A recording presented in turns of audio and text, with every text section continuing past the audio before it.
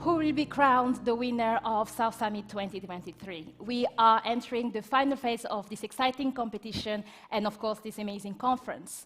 And to add to the excitement, the sun is finally shining, and I feel a bit more like I'm in Spain rather than in the UK. Welcome to South Summit 23, the 11th edition, and I'm Naili Makangu, tech consultant and startup advisor at Leaders, but people know me as the Mary Poppins of startups. I will be your host for today at the playground stage. So what we are going to explore at this stage, to continue with the theme of Today 2030, is how do we reach our milestone goals of reducing gas emission by 55% by 2030. So before I bring on the first panel discussion, let me start by thanking our global partners, Endesa, TopTal, Sabadell, Mutua Madrileña, Wayra, BBVA, and Google for Startups. So the first discussion we are going to look at is how do we transform traditional sectors, right? Looking at the tech revolution. So bringing on stage, we've got Jose Minguez, Head of Innovation Market Iberia at Endesa, and Ricardo Angel, CEO and Managing Partners at Piva Capital. Unfortunately, Alfonso de los Rios couldn't be with us.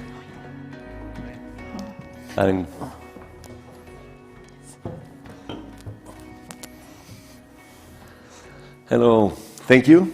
Hello. Thanks for the invite. It's my pleasure. I'm really excited to have you here. So let's first start with Ricardo. Do you want to tell us a little bit more about you and also about your company? Sure. So briefly on me, as Naili mentioned, I'm Ricardo Angel. I run a venture capital fund called Piva. But before then, in general, my background, I'm from Colombia. Went to school in the States, engineering background, consulting, banking. I've been doing venture capital for the last 20, 25 years. So what Piva is a venture capital group that invests in breakthrough technology companies that are looking to improve, to change, to disrupt the way industries, heavy industries, are built. And so we invest in things like energy, mobility, food, ag, construction, and so on. Mm-hmm. Brilliant. And Jose Miguel, you want to introduce yourself? I'm Head of Innovation Market Iberia at Endesa. Endesa, you might know, is the biggest electricity company in Iberia.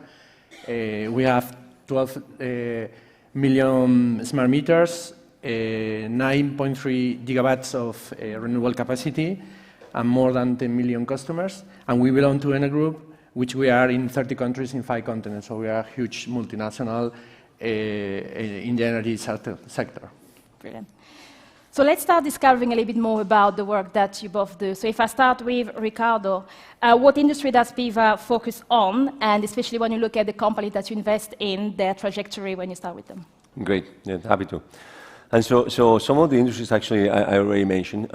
So we focus around the future of energy. So we're looking into things like renewables, energy storage, energy efficiency. Right now, of course, there is a big emphasis on things like hydrogen, and eventually fusion as well. So we're looking at fusion, although that's going to be years away.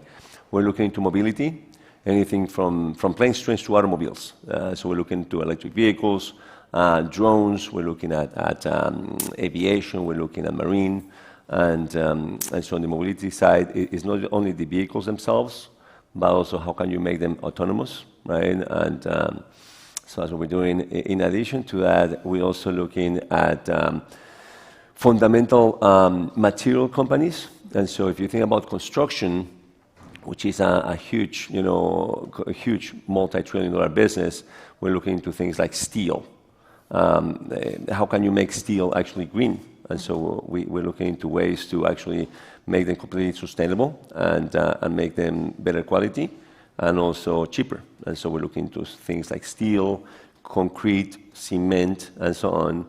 And lastly, we're looking into food and ag. And so something that is great is as we see the population of the world continue to grow, and as we see the standard of living continue to improve, which is great, we have to figure out how we're going to feed all these people. And so we're thinking about how can we develop different alternatives to food. And so agriculture and plant-based food as well. So Yeah, brilliant. And what about you, Jose? What kind of technology do you use at Endesa, especially when you're looking at the future in 2030?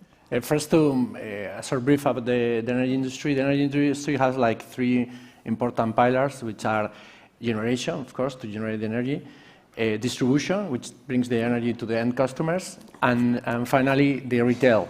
The retail is more complex in the sense that it has more capabilities to reach more different customers. So our view of the energy transition it has four goals, which is decarbonization. Of course, to have a net zero, we need that the energy production doesn't have CO2. Second, electrification. If we reach to produce net zero in the production, but the end users don't have all their processes with net zero, we won't achieve it. For example, one of the things he says is very important is steel. But you have to think that the customers need this energy transition at a fair price, because otherwise we won't be competitive and we will have problems in every country. Then digitalization, which is enable to have all of this. I think further we will talk about the technologies in digitalization, which are amazing what is going on there. And finally, the most important is the customer and people-centric, not only employees, but all the people. If we don't have this inclusive and we put together all the people with this transition, we won't succeed. So. Yeah, brilliant. And I actually love the focus that you brought there as well, with the people, because that's one of the aspects when we talk about the transformation of traditional sectors. It's a bit of a challenge as well on how do we make sure that the people are coming with us as well. Yeah. So, people, what are some of the startup or the company that you guys invest in? What kind of technology do you think leading the way in this transformation? So I'll give you a couple of examples. So I talked about steel, right? And so steel is the industry is about $1.5 to $2 trillion a year. And right now, the steel industry actually produces about 8% of all the greenhouse gases in the world, which is a lot, of course. And so there are a number of different companies that are looking to electrify the way you produce steel. And so if you're able to electrify the production of steel and power those operations with renewables, with green power, then potentially you will be able to get rid of 8% of all the greenhouse gases in the world. So that's a huge amount. And so one of the companies that we invested in is a company called Boston Metal, based out of Boston, of course. And they are developing a way to electrify the production of steel. That hasn't been done before. It's trying to do what the aluminum industry did decades ago. And so as you actually are able to electrify the process, a number of other good things happen. Number one is that you're able to use lower quality of ore, lower quality of feedstocks, which is great. The other thing is that you can make the whole process more modular. So it's still very expensive. It's still hundreds of millions of dollars to build a plant, but it's as opposed to billions. So it's more modular. And the promise is that it's not only going to be, again, more modular, it's going to be able to allow smaller, lower quality ores. It's going to be actually the same price, or we think it's going to be cheaper. And of course, if you power it with green power, it's going to be a lot greener, right? So that's a really great, very exciting company that we're working on. The company is at a smaller scale right now, and of course the challenge is to scale it up so that the product is available not only in the US but worldwide. Mm-hmm. And so that's one example. If you like, I can give a couple of more. Yes, okay. Yes, we have time for that. Another example is a company in the cement and concrete industry. And so if you think about transforming traditional sectors like construction, cement and concrete is a big part of it. Cement and concrete is the second material most used in the world after water. And so we have invested in a company, and there are a number of companies around the world that are trying to do this. We invested in a company that is actually modifying the way you produce cement. They do it with a slightly different chemistry, and they actually use it they run the process at a much lower temperature. And so the production of cement is actually greener and cheaper. And then you use cement as part of your concrete mix. And so they produce cement, and they also produce their own type of concrete. And so one of the magic things that they're doing on their concrete, or how they actually cure concrete, is that they cure it with CO2. And so when you create concrete with CO2, what happens is that, well, a number of good things happen. Number one is that you can cure cement and concrete in 1 day, as opposed to 28 days. Typically, for you to cure concrete with water, it takes you 28 days to get to a certain strength. When you cure it with CO2, you can cure it in 1 day. So that's really good because you don't have as much inventory, your production can go up and so on, right? So that's one good thing. The other thing is that your concrete becomes denser. And when your concrete becomes denser, two things happen. Number one is that the characteristics, the performance of the concrete is much better because it's denser, it wears better, it will last longer. That's one. And then two is that sometimes in countries that have heavy winters, over time concrete decolors. You get these white stains from salt or from water and so on. So this concrete doesn't decolor. So it's greener, better performance, and we think it's going to be at cost or cheaper at scale. Right now it's more expensive because it's very small. They're producing this product already at a very small scale, so it's very expensive. When you grow it at a larger scale, the idea is that it's going to be cheaper. It's going to be same price or cheaper than existing products with higher performance and greener. And so those are two examples. When we talk about electrification and grids and energy storage, I like to talk about a couple of other companies, but that's it for now. Yeah, that's very interesting. And of course, one thing I would also like to touch up later on is the R&D process, especially when you're talking about startups and development research and all of that. Yep. So how do you handle that? But before that, Jose, you talked about different verticals in terms of the energy, the decarbonization, and all of that.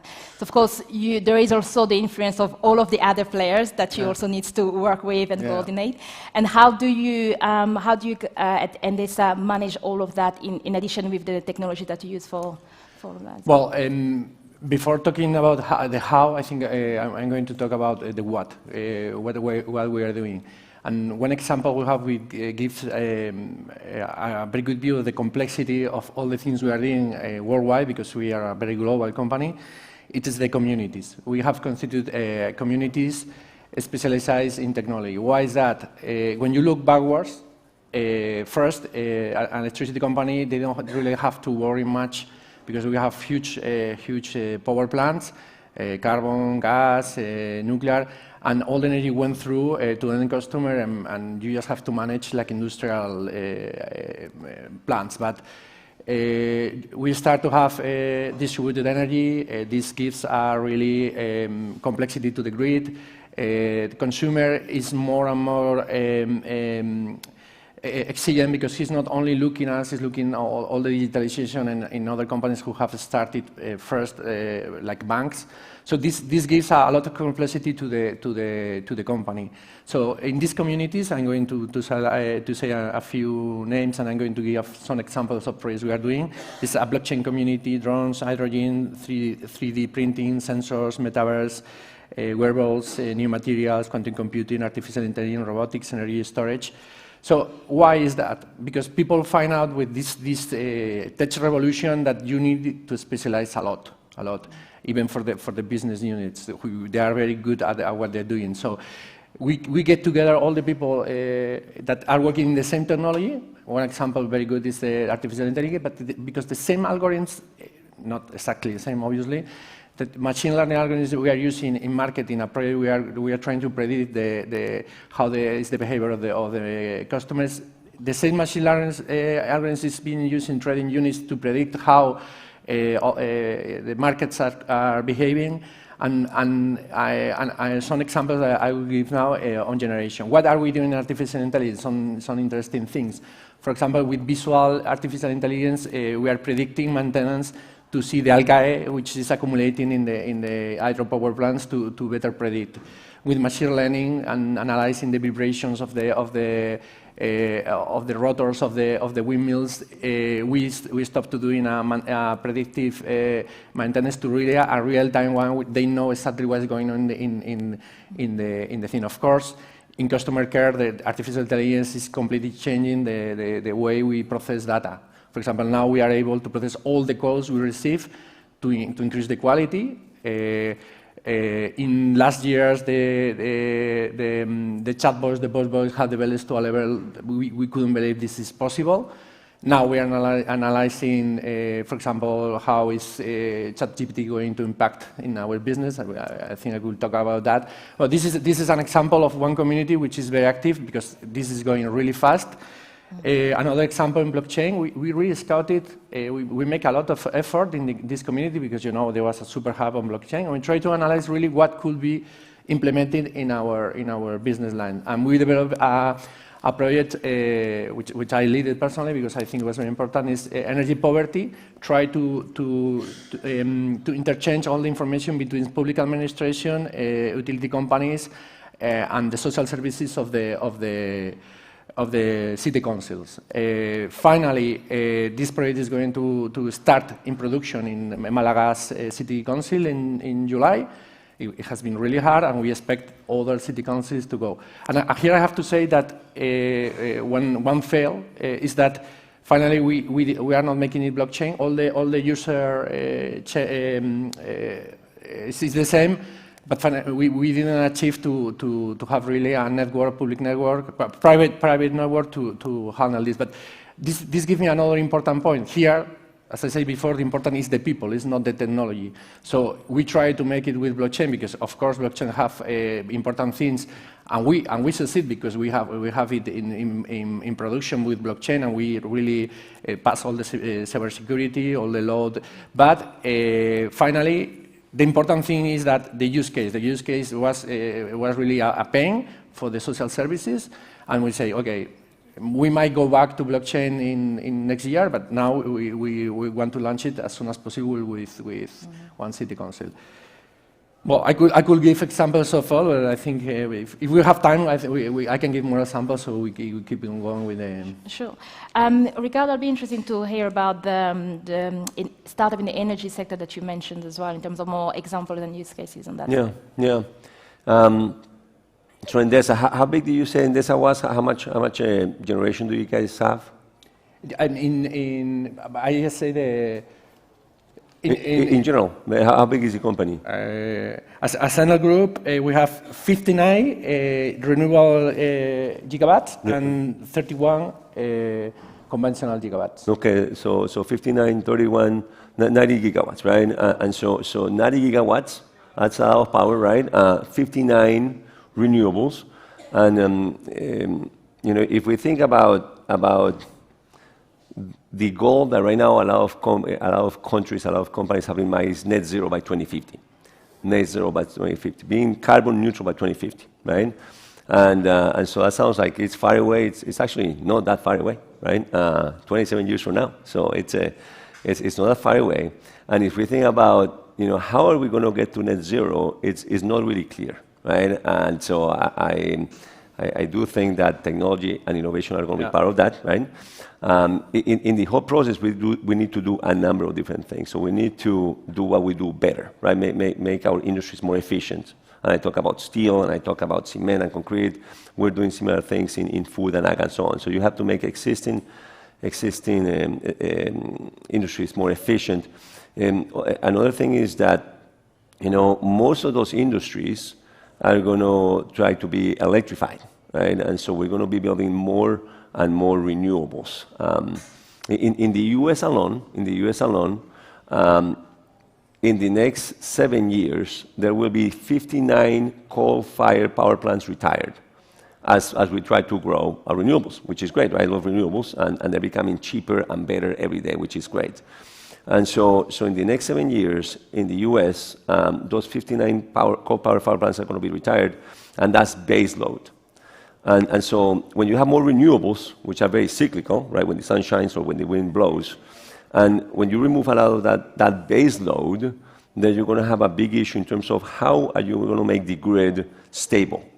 And so for you to be able to make the grid stable and resilient, you're going to need to have a lot of energy storage, and there will be a lot of energy storage in your car and in your home, but there will need to be a lot of new long duration, not 6 hours, 10 hours, 12 hours, more like 2, 3, 4, 5 days. Long duration, large scale energy storage. Large scale like a coal-fired power plant, right? So hundreds of megawatts at a time. And so there are a number of companies that are trying to go after that problem, developing new chemistries and new technologies to be able to have long duration, large scale energy storage. And I'm investing in one of the companies called Malta, out of Boston as well.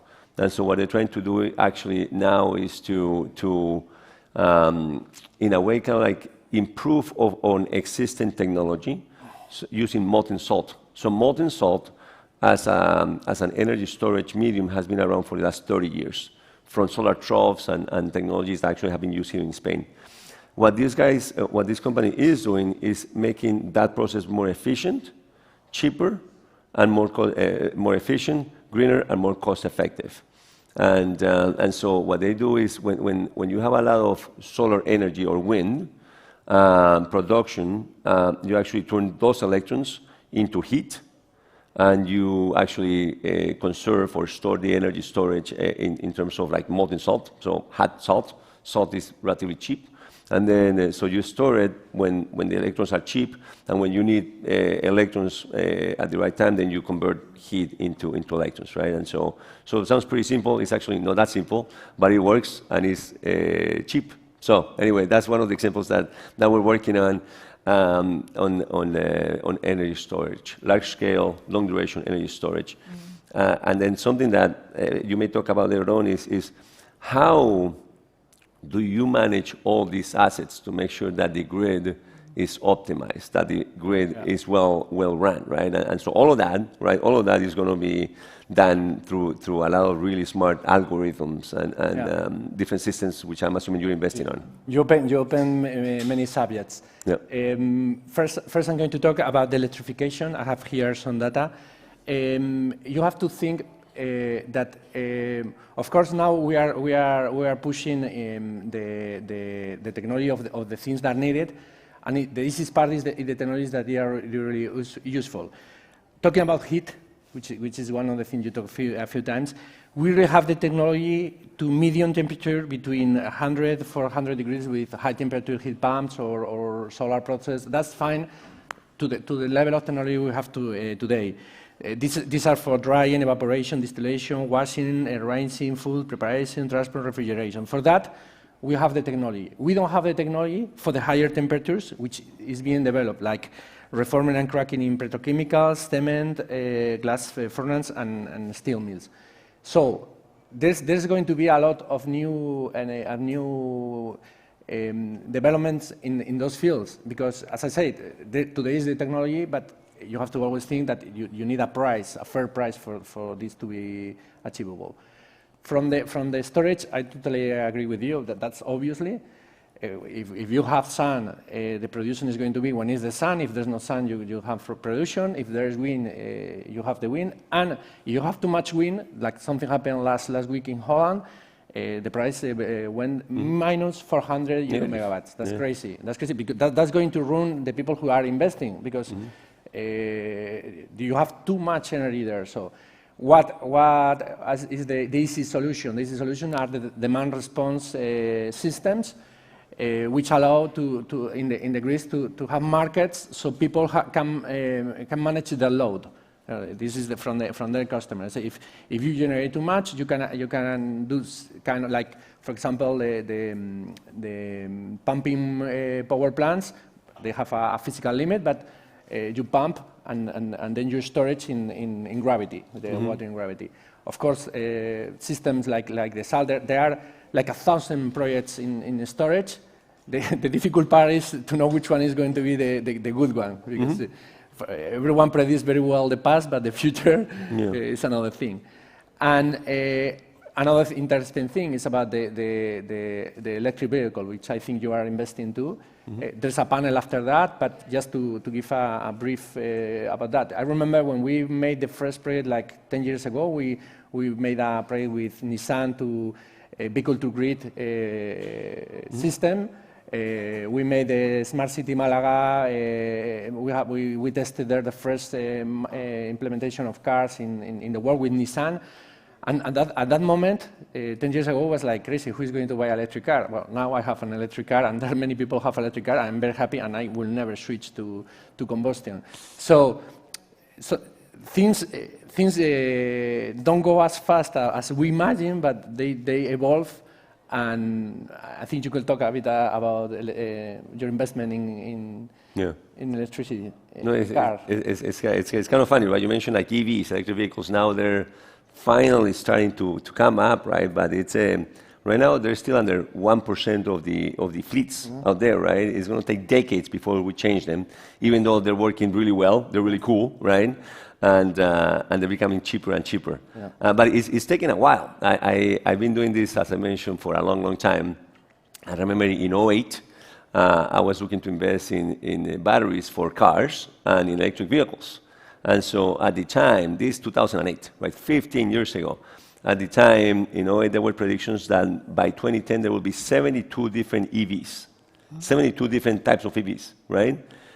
There were 3, right, in 2010. And so it took another 13 years, where we're today.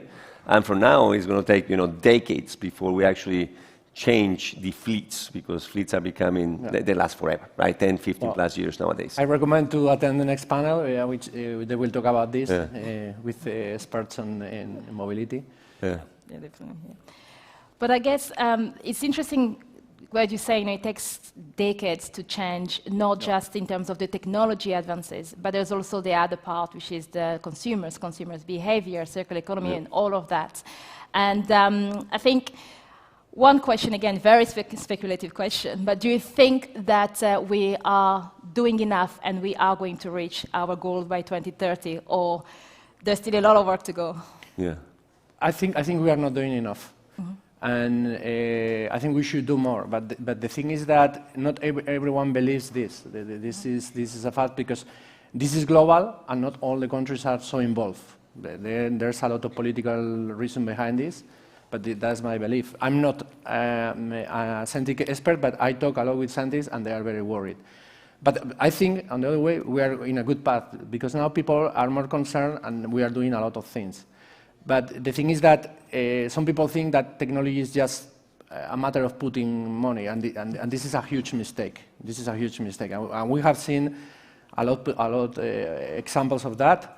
We are running out of time. I don't want to run on that, but I think you as an investor are more aware of all. When somebody comes, you multiply the investment by 10 and you have the result by 10. No, this is a huge mistake from my point of view. Yes, yes. So trying to achieve net zero by 2050, so different goals. There is a 2030 goal, there is a 2050 goal, right? And so I think trying to get to 2050, net zero by 2050 is going to be very tough. I think right now we're probably not doing enough. I think the level of urgency. I agree. I agree, Jose.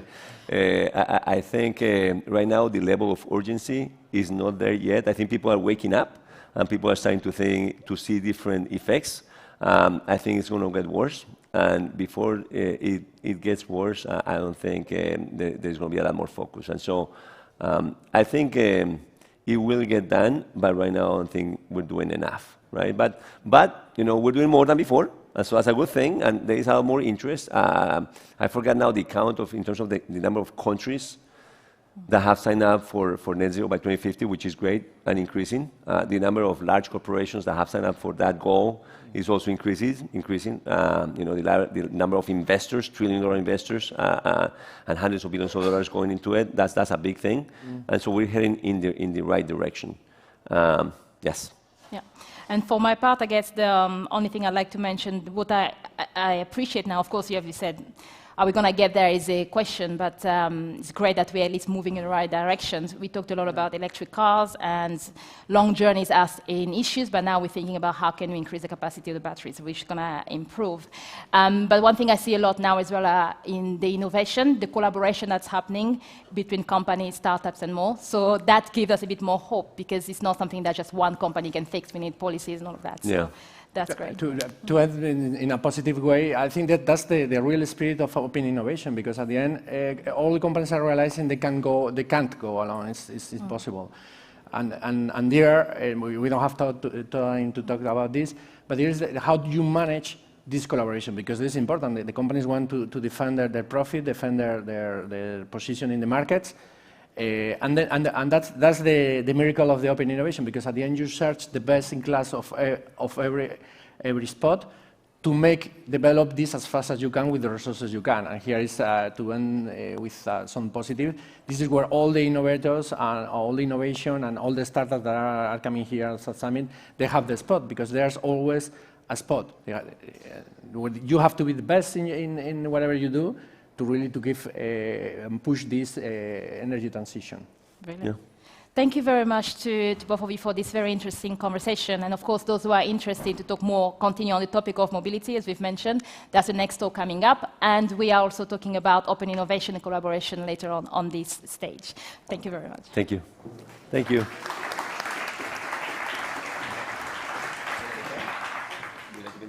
Oh, very good.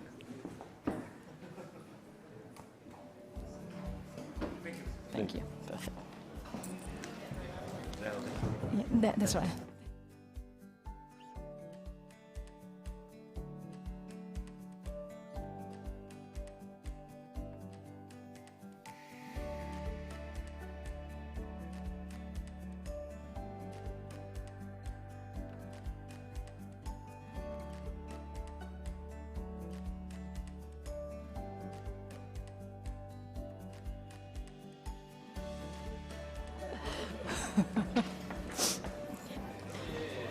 So next up, how can we drive more environmentally friendly practices and policies in the mobility sector?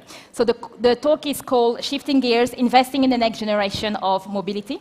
So welcome to the stage, Megumi Ikeda, Managing Director at Hearth Ventures, Yasmin Fage, Co-founder and CEO at GoGo Network, Manuel Munoz Laguna, Director of Business Development, Sales and Marketing at Endesa X-Way, Emilio Forran, CEO at Velka, and Isabel Gorgoso, the Director of New Mobility at Cepsa.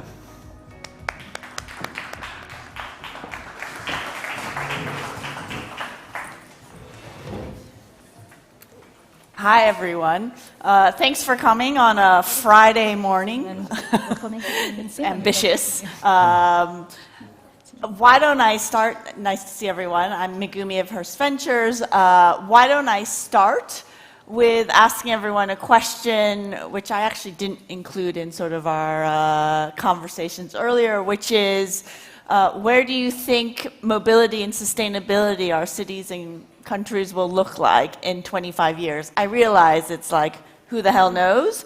But if you can make one specific hypothesis, it's very fun to envision and go from there.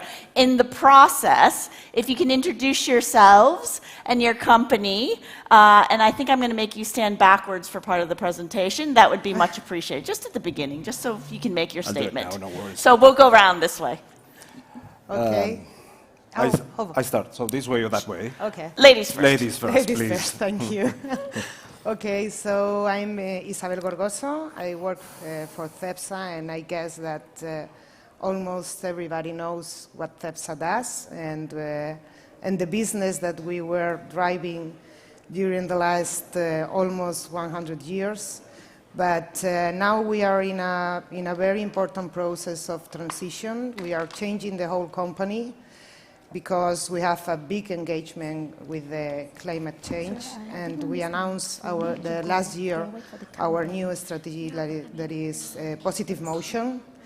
And in that strategy, Positive Motion, we want to change all the mobility, and I'm leading the area of the new mobility. So for sure, I hope that in 25 years, mobility is going to be completely different.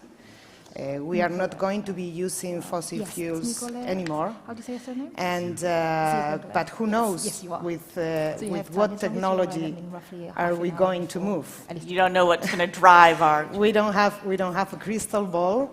So let's see. We need to be ready for everything, and that's what we are focused on. To be ready for everything. Now working a lot on electricity, on hydrogen, biofuels, but who knows tomorrow? Okay. So many bets, many places. Yeah. Thank you. That's why I was a bit confused. Hello, everybody. I'm Manuel Muñoz. I'm head of sales and marketing and business development in Endesa X-Way. We are part of Enel X-Way, and our parent company is Enel. We are one of the main strategic actor players in the energy world at global level. We have pushed, I think from the beginning of the story of energy transition, we know where we want to arrive in, let's say, 20 years, okay? In 2040, we will be zero emission, we will be free emission group. And well, for the last 15 years, I've worked on strategy and making business as business developer, senior director in many countries. But I remember 15 years ago when I was in Chile, developing projects, very high projects in power with hydropower plants in the Patagonia. I started to think that this not, these projects are part of the past. Because we have to move rivers, and we have a very big impact on the environment. The story has changed a lot. Today, we are very focused on making more friendly the use of energy. Our strategy is very focused on efficiency, on zero emissions, on digitalization, and circular economy. These are the 4 pillars of our strategy to make that this energy transition happen. So, sorry, I want to ask a follow-up question, something you said. Does the company have a goal of zero emissions mobility in 20 years? No. We decided a few years ago to phase out coal power plants. So we are in the process to close these power plants. I was part of the team defining this strategy. Bold. But obviously, emission is not only coal. Yes. Okay, there are technologies. So we are working on this. We have a very clear roadmap to be free zero emission by 2040. 2040. Yeah. Thank you. Hi, so my name is Yasmin Faj. I'm co-founder of GoGo Network. Contrary to Cepsa or Endesa, I guess nobody knows so much the company. So we're a startup that started 4 years ago, and that is focusing on transitioning, let's say, helping companies transition their logistic fleet towards sustainable energy with electric and autonomous vehicles. So we work with Carrefour or Inditex, and we help them in their logistic process to think how they can get to the net zero emission target. When I look at how the future will look like in 25 years, I think for me, it's really about how mobility will just become a service like a phone, and how you will not own a car, how you will just be able to have membership, to be able to move around, where like people will just be able to also get back the time that is lost in traffic, and where not only you'll be in cities where, hopefully not in 25 years, but by 10 years they are clean and there's zero emission, but that also the space is given back to people for more like real estate alternative and with really less cars in the city. So that's great.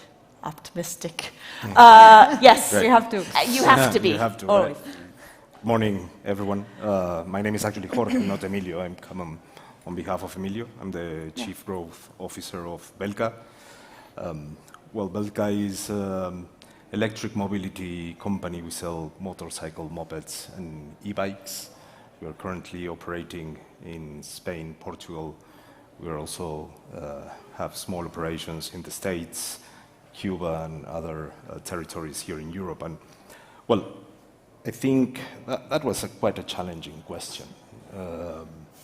It's as where we stand, I firmly believe it's quite difficult to imagine where we can be 25 years down the line, since we do not see active actions in regards to new ways of mobility, correct?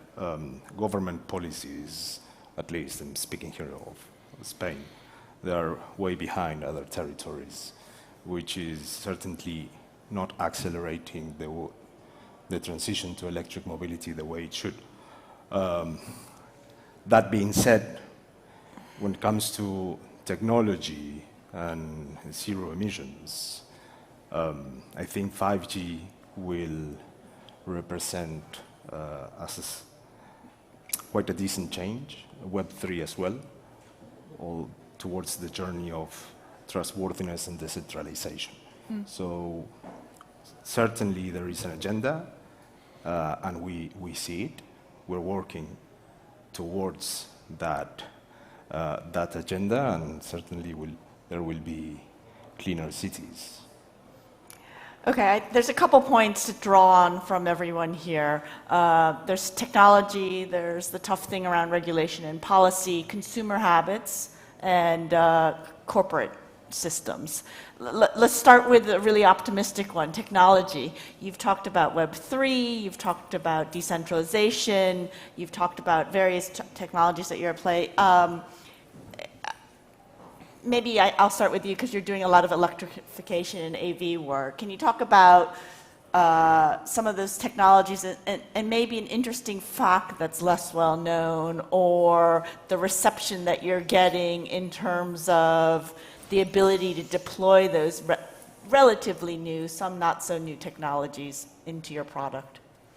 No, so I think for me the most surprising point when we develop and we deploy AV services is more like the consumer reception. Yep. So a lot of people think, oh, AV, old people are not going to be able to use it, or AV, people are going to feel like we're replacing humans. But actually, we have deployed in Madrid and Zaragoza and in Paris with Carrefour like autonomous vehicles where people are directly interacting with like the technology, and they love it. Like they really love it. They love the way that it can just like enable them not to have to take a car, just to have like things delivered when they want. So I think it's surprising that like from all ages, this is something that I think when it's going to be at scale, it's going to be massively adopted. The biggest challenge right now is regulation. Yeah. It's very hard to get licenses to operate. We are the first one to actually have been able to operating on-road vehicles autonomously in Paris. And we have a service live that people can already order and receive like their grocery autonomously with a vehicle that goes up to 70 kilometers. But to do that, it's been like a year and a half of regulatory work. We're about to launch the same thing in Madrid, again with Carrefour in September. Again, like I think we've been working with the team for a year and a half to get a license for a couple of vehicles. So the problem for me is like if you really want this technology to be deployed, you need more push from regulation for this to happen. Okay, I think we keep on coming back to regulation, so let's go there. We were speaking earlier a little bit about regulation and policy. There have been a lot of stipends supporting electrification, right, for the consumers. Can you speak to what works, what doesn't work, and what you've seen? Well, is there anyone here from the government? Because they might be online. They might be online, right? That's a very good one. Thanks for asking. I believe in terms of regulation for the end consumer, right, we are behind, right? Just to give you an example and to put this into perspective and into numbers, right? Spain has an incentive program which is called MOVES, right? Whereby for every motorcycle, electric motorcycle you buy, you get 1,100 euros kind of incentive cashback, which is actually not a cashback. It's some money that it will eventually come down the line, right? Okay, that's very vague. Very vague. That is very vague, but that's how it is, right? So if we are, let's say, the average motorcycle, it's, let's say, 3,900 euros, and you get 1,100 euros back from the government. That's a very decent amount of money. So yeah. If I just say it like that, everyone great. will just go and jump. It's like, this is good business for us. The reality is that you get that money 12, 16, 24 months down the line. Then you need to pay taxes against that incentive. When do you pay that? once the taxation cycle comes, right? So So if I receive before the you get the incentive tax now- refund, or before you get the benefit? Well, yeah, and anyhow, I mean, no one really actually knows how to proceed with all the taxes and things like that. Okay. So that's a different chapter of the story. I see. But let's say 1,100 euros in 3,900 euros, that's a lot of money, which at the end of the day makes it impossible for someone who is in the market to purchase an electric vehicle, right?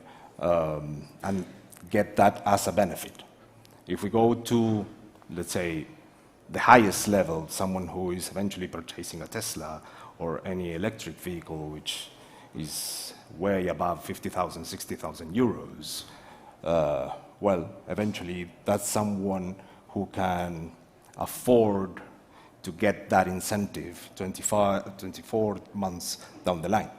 But if we aim to accelerate, the transition to electrification, make better ways of moving from place A to B, we need to realize that entering through the lower levels of society, right, it is essential. Yeah.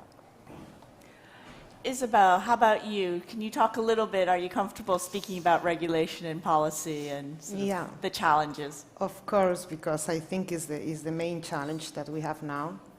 There is a problem with consumers, and for sure, we need more aids for consumers to buy an electric vehicle, or not more aids, but better organized. But also, in the operator side, we have a big problem with the permitting process here in Spain. We have a very ambitious plan to develop electric chargers in all our stations. And the problem is that we don't have the permitting to do it. So we have the investment, we have the plan, we have the places, but we don't have the users and we don't have the permitting. So, and when we talk to the government, I think that we are very aligned on the challenge and on the objective that we want to get. But then when you go to each administration, it's really difficult. And in our case, that we are only developing ultra-fast chargers, we need medium voltage projects. So then you have another step of difficulty. And we think that we can spend like 18 months to get the permitting. So today we have more than 30, almost 40 stations with electric chargers already installed, but we cannot use it. And that's terrible. So in our case, it's not on the money side, it's not funding, but it's on the permitting side. Yeah. Yeah, and it's really tough. I think personally, one of the interesting things from COVID, it was an awful time, but one interesting thing that was shown was with varying degrees of efficacy, but it did happen that governments showed that they were actually able to move quickly if there was a crisis. Is there that sense of momentum, or how do you get that? Manuel, I'll ask you about how to drive. Well, I think public policies in Spain, I mean, I think is moving ahead. I mean, obviously they are evolving, but it's not enough. I mean, and I can share with you a very clear example about it. I mean, I fully agree with my colleagues. All they said is what's happening. But this week I received a notice. Okay, we are the distribution company. Okay, the network company is gonna connect a charging point in a small village of Asturias, northern Spain, that was installed 3 years ago. Mm-hmm. So that's what is happening. I mean, maybe it's it's not the very common case, okay? But this is happening. We invest in public charging points, and 3 years after we install it, we spend at least 6 months to install these charging points, and 3 years after, we received the notice that this point is gonna will be operate because it's gonna be connected to the network. So, and this I think is this cannot go on in this way because first thing is not. I mean, it's not obviously very affordable for investors, for charging operators. It's not the experience we want to have with our customers. And being honestly, this doesn't happen in many other countries around us. So, I mean, this is only a very clear example of what happened. Well, we discuss a lot with policymakers, with technicals in the ministries. But I mean, the laws we have, how the public administration is organized, doesn't help and doesn't support our process. Technology, markets, customers need that public policies run faster, and we need to find the right way with modern laws, regulations that makes investment come here to Spain instead of moving other places, because time to respond is important for them. I mean, we cannot afford to put money and 3 years after operate this asset. I mean, it doesn't make sense at all. Agility and speed, okay, and flexibility. You saw yesterday that there was news that GM is using Tesla's charging points now, has agreed to do that, and Ford did so earlier. At the same time, I believe there was news that Toyota has taken their trucking business and merged it with Daimler, or there's some MOU, in part driven by. In the first case, it was an innovative company that had the cash and the sort of power to create a charging point network and system, right? So it's competition. In the second case, this changing of the structure of Toyota and this admission that they need to be more CO2 sensitive is coming from the shareholders, active funds or investors that are essentially the pension funds pushing for Toyota to make disruptive changes. What's the equivalent happening here? Where are the sort of strengths? Part of it is consumers who love their experiences. How do you harness some of that power? Can you give some examples there? Yeah. Go with you. Yeah. Okay. So I think that we all are very conscious that the change, we cannot do the change alone. So, for example, in CEPSA, our shareholders are the first that are pushing us to go faster and to have very ambitious objectives in our plan. Not only in mobility, because we have a big challenge on decarbonize our industry, and we are going to do it. We have the plan, and we have everything to do it, but we cannot do it alone. And for me, a very good example is here today. We have a partnership with Endesa.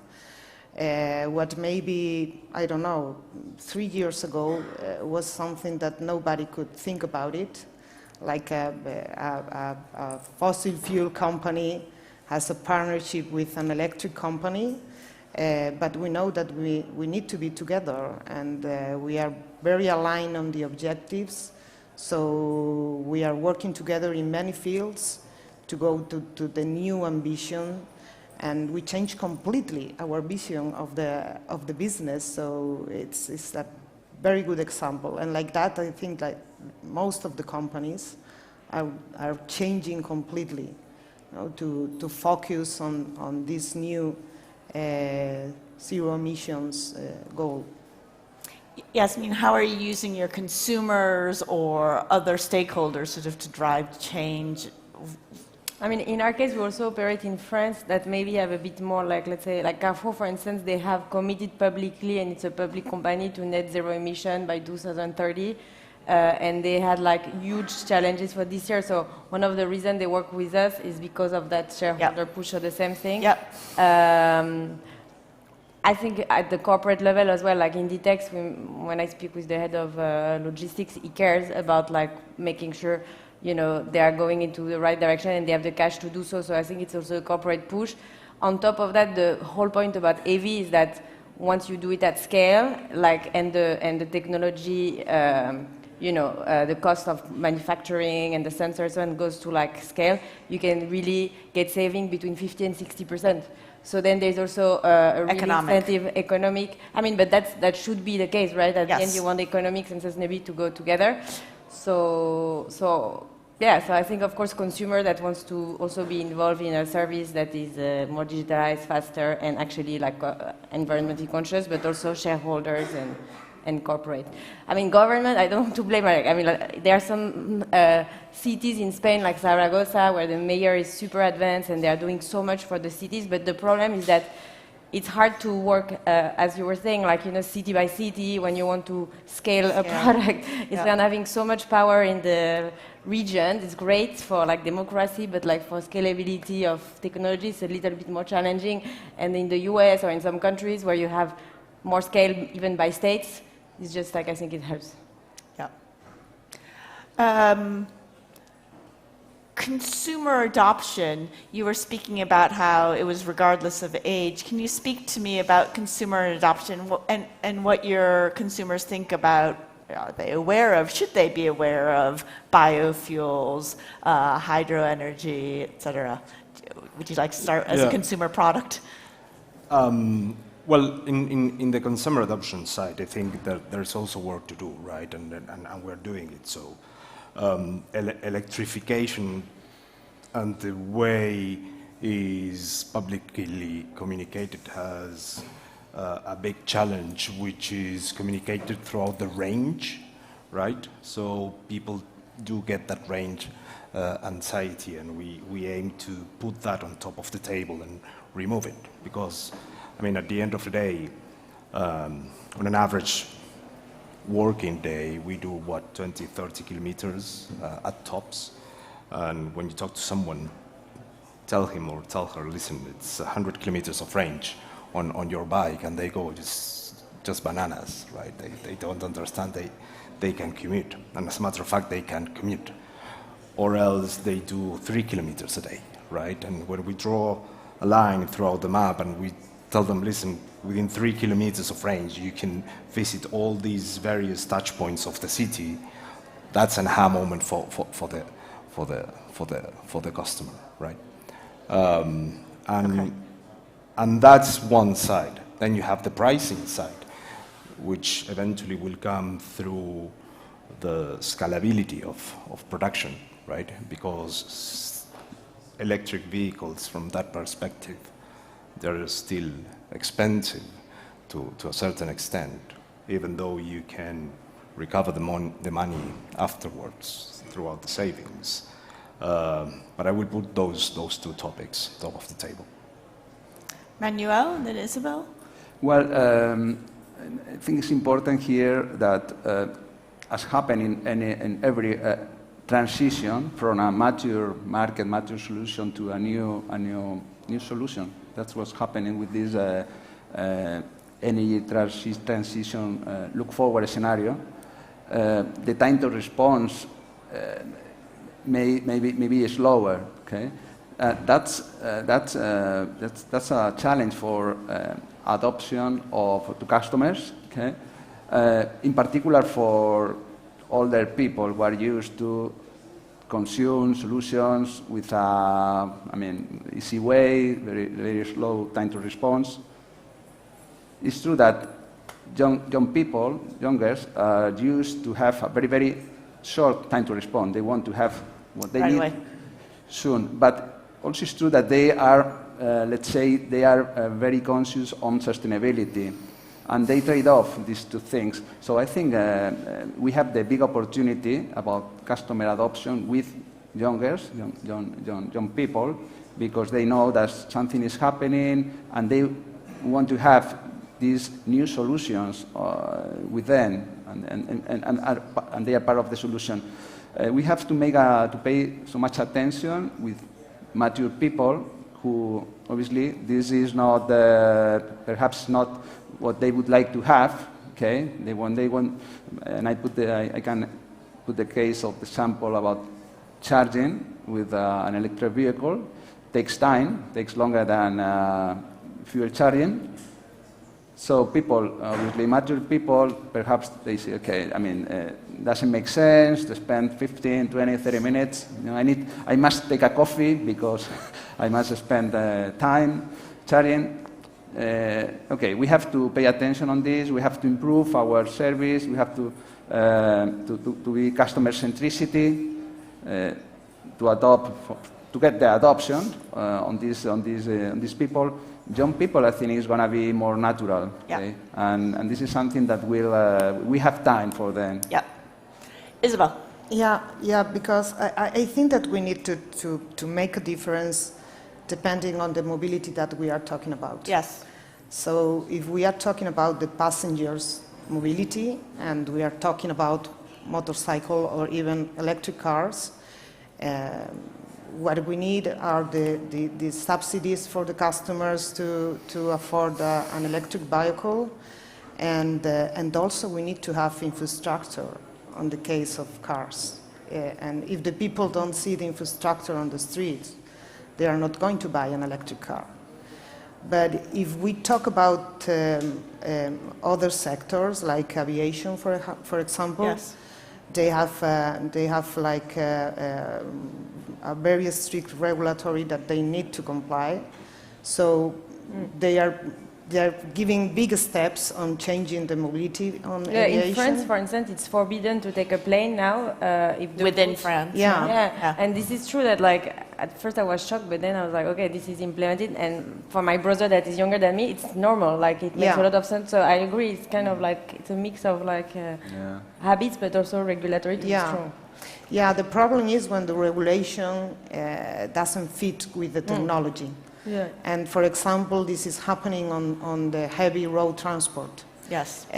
We don't have the hydrogen ready because if you talk to the manufacturers, the TCO today of a hydrogen truck, it's very expensive. Yes.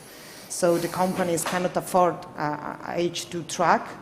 And electricity is not ready also to give the service that we need. So here is when biofuels can easily do the transition, and we are not losing the objective, no, to get that zero emissions. Thank you. I had 2 more questions, but we've run out of time, so we'll follow up. Thank you, everyone. Thank you very much. Thank you very much.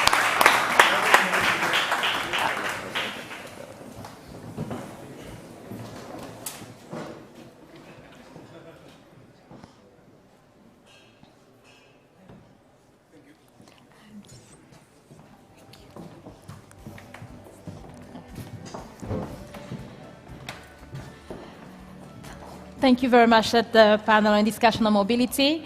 And I'm sorry for cutting it short, but of course we have even more excitement coming up on this stage, especially continuing looking at the transportation world. How do we get to space? And more importantly, let's look at how we're going to solve Earth's climate challenges from space. So let's welcome on the stage. The first one, we have Ion Padilla, CEO at WeGo, who will be coming later because he's currently pitching on it at a different stage. So we have Rafael Jorda-Siquier, founder and CEO at Open Cosmos.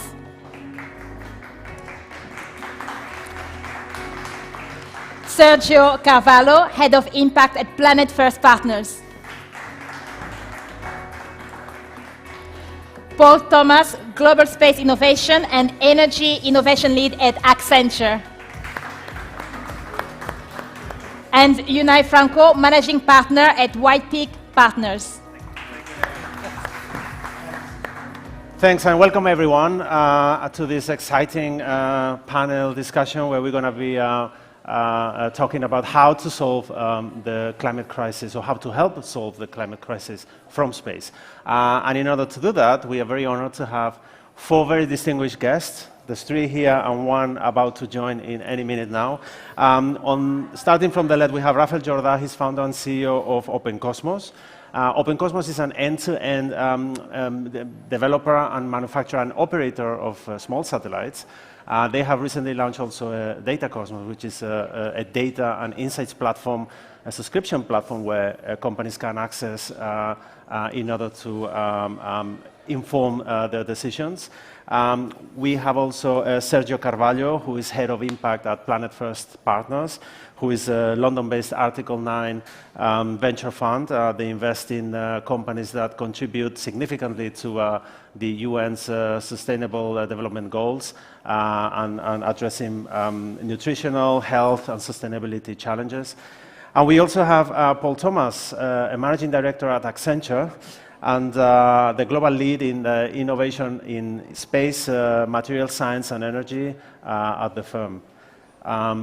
We are about to be joined by somebody else, who I will introduce you in a minute. But let's start with you, Rafael, maybe. Not sure if you or any of you, or all of you agree with me, but we are basically, seems that we are experiencing a new revolution in space tech right now. And so it would be great if you could describe us fairly quickly from your perspective, what really is happening and why, in your view, is space technology most relevant than ever right now?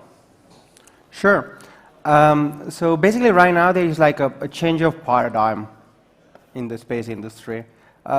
Some of you may have been following it, but basically we've gone from very big, bulky, and expensive satellites to smaller ones that can be developed very effectively and launched very quickly, reducing massively the innovation cycles. In a way, it's the same thing that happened when the computer industry went from mainframe computers to PCs, then they started connecting them, you have the internet, and then all of the applications emerged, right? That's exactly the same time that we are living in the space industry. In our case, at OpenCosmos, we do satellites that are below 50 kilograms, right, that we can develop in months, not in years. And that fast innovation cycles enable us to fly a wider range of sensors, targeting real end-user needs very quickly in the cycle.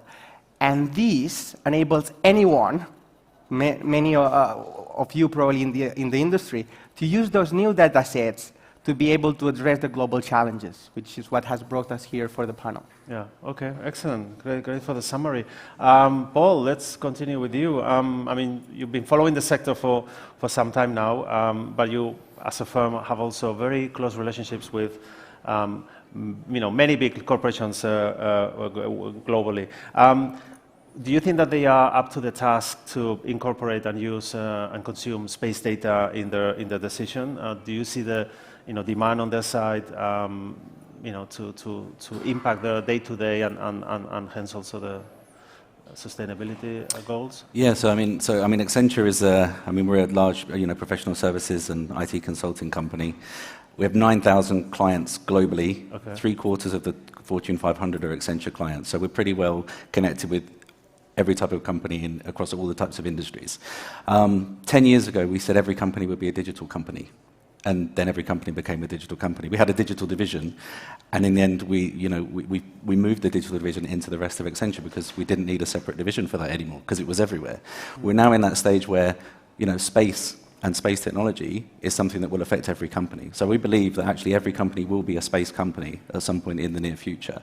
And so we're trying to help those companies understand how to leverage it.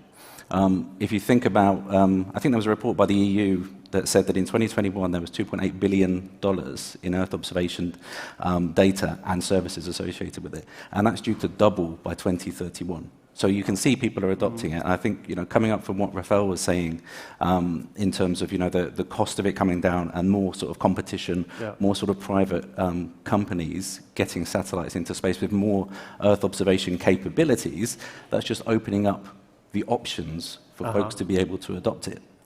So yeah, we're definitely seeing companies use it. Okay.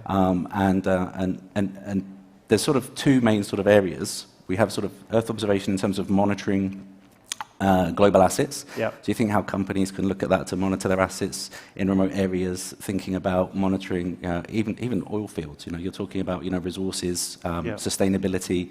How can you use Earth observation technology to help there?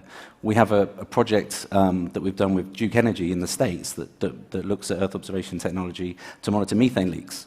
And we build a platform around that that then enables folks to rapidly identify when there's a leak and then actually employ field services guys to go out and fix it as quickly as possible. So that's really helping them meet their ESG targets. You can see how aviation companies are using Earth observation technology for optimizing, their flight routes, using weather and other sorts of data with it as well. But that also in turn helps them lower their use of fuel, which is lowering their carbon footprint. So it's coming. So it is happening. Yeah, 100%. Over here, yeah. A couple of thoughts.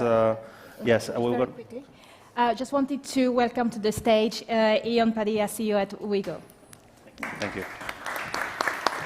A couple of interesting thoughts, and we will get back to that, but let me introduce you to Ion. Ion Padilla, he's former founder and CEO of Ouigo. Ouigo is an analytics company that is specialized in processing remote sensing data with, mixed with their own artificial intelligence algorithms in order to optimize production and efficiency in renewable energy. So thank you for joining us. Cheers. Very timely, because I have a question for you. You have been, one of your company's key focus is, on a natural resource that is, becoming more and more precious, water. So what brought you to develop that use case, that technology to monitor water and snow, and what are the specific applications that can be derived from that technology? Yeah, so basically, the applications are infinite, right? So as we have been building this, we realized that snow and water, and particularly water in a nutshell, is used across every single industry. You will be completely surprised. So the simple one is, for example, energy. So for pretty much all energy systems, water is used. For example, to cool down nuclear power plants, you need water. And to cool down the systems that are running in our power plants are primarily steam and water, right? But essentially for hydropower, and in Europe we have lots of countries that are primarily producing energy through hydropower, is in an essence that we know not only how much water we have available to produce energy, but as well how much water we will have available to produce and consume water. And it turns out that during the last 5 to 10 years, I think everybody can see this happening, the years have been extremely volatile. And the problem is that these systems and these companies have been always relying in the average values of the last 10 to 20 years. Those values in this climate change and normality that we're joining now are completely invalid. So if you're using the last 20 years, but it turns out that this year is completely different, and suddenly you have record low levels of snow that translate into droughts in your country, you're pretty much running in complete blindness, right? So this is in an essence what we identified, and that's how we started to build a system that was going to, in near real time, monitor these resources. So it's snow, it's water, we're doing now glacier melts as well. So we're monitoring how all these are changing so that the new forecasting methodologies and the new systems, they're up to date. They're calibrated with the last information. Based on the actual data, right? Exactly, based on actual data. And we came up that this is the closest we can get to a digital twin of a natural resource. Okay. Right? Because we're not modeling, we're not simulating anything. We're observing the natural resource and we're updating it, and therefore all the calibration and all the models and the forecasting systems. Interesting, really, really interesting. Let's move to Sergio in relation to existing technologies. I mean, you guys are looking at many companies every week, I'm sure, but you also have personally some experience from your previous. Professional experience in using space data to monitor the environment. So, what are the technologies that you find most interesting at the time? Have you come across anything that personally particularly excites you from what you have seen that is possible today may not have been possible maybe a few years ago? So I think that a brief explanation. Before joining Planet First Partners, I was an analyst in the Brazilian government. I worked for the Ministry of the Environment for a long time, and I started using space-based observation to implement public policies when I started working in 2002 with energy infrastructure licensing and with deforestation monitoring. So the Brazilian government has been deploying space-based observation for quite a while, to engage with deforestation monitoring, to run infrastructure licensing. And I have to say that the greatest improvement that I've seen in this more than 20 years has been improvement in spatial resolution, temporal resolution, miniaturization. These three things enable us to today do what Rafael's doing, do what everyone else is doing in terms of collecting large-scale data with enough resolution to give us a lot more insights and provide us proper insights to make a judgment call on climate risk, to improve the quality of an insurance underwriting, to assess and monitor a tailings dam. So if you go back to tailings dam blowout all the time. Brazil is a good example of two blowouts that had catastrophic and massive damage to both human lives and the environment. And today we can actually deploy and do monitoring of the stability of earthen dams from space using synthetic aperture radar. None of this was available 20 years ago at the spatial and temporal resolution that we needed. And when I say miniaturization, this is a GPS-enabled watch, that's a GPS-enabled watch, that's a GPS-enabled watch. Sorry. Not that's a GPS-enabled watch. None of this was available when I started working 20 years ago. I remember flying helicopters with a car battery hooked up to a PC, to a massive GPS plugged into the front of the helicopter so that we could have enough quality of the GPS signal to trace the gas pipe that we needed to inspect. This was 20 years ago. Now, and it's also not like we've had this 19 years ago. This is from 10 to 5 years ago that we've had enough satellite, new satellite constellations that largely improve spatial resolution, but temporal resolution, which is a problem in the global south, where we have most of biodiversity. Really hard to monitor because satellites are not necessarily passing over the areas that we need to be monitored with the appropriate frequency.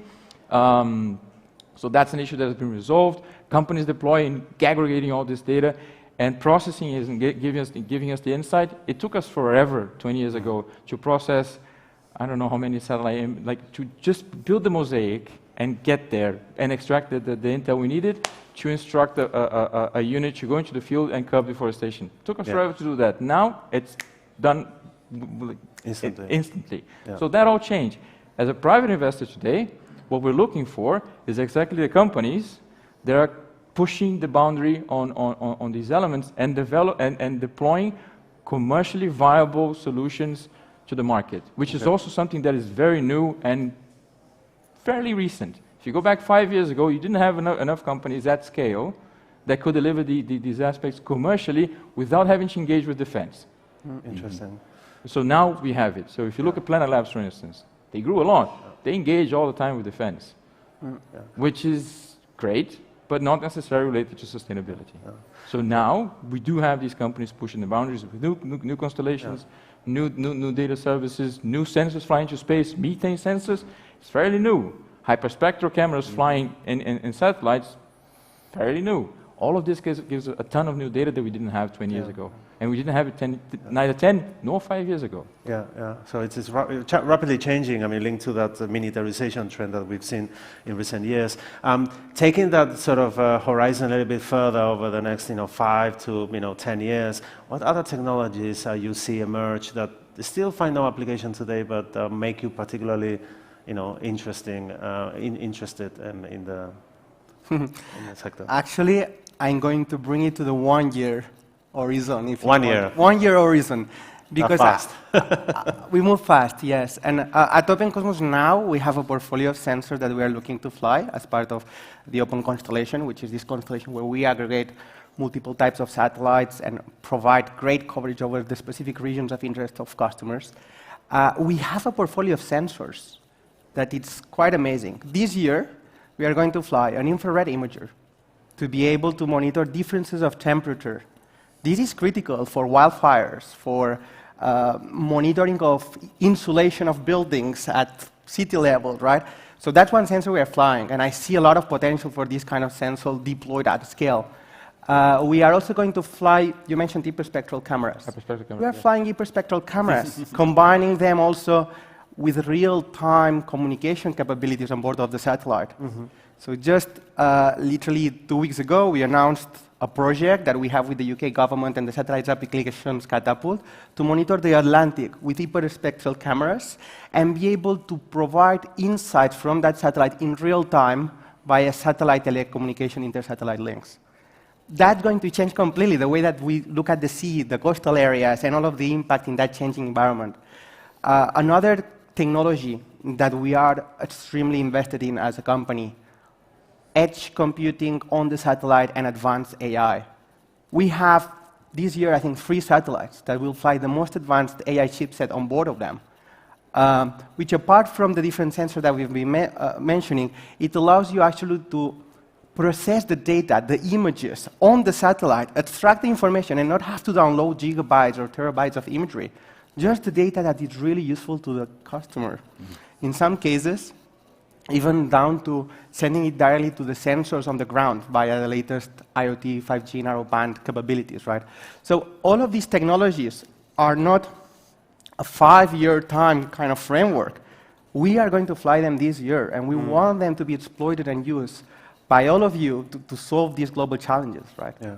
Interesting. Yeah, I would agree. I think the hyperspectral is, you can see so many companies now investing in building their own hyperspectral. Pixel Space, for example, Indian startup we invested in, they're launching later this year.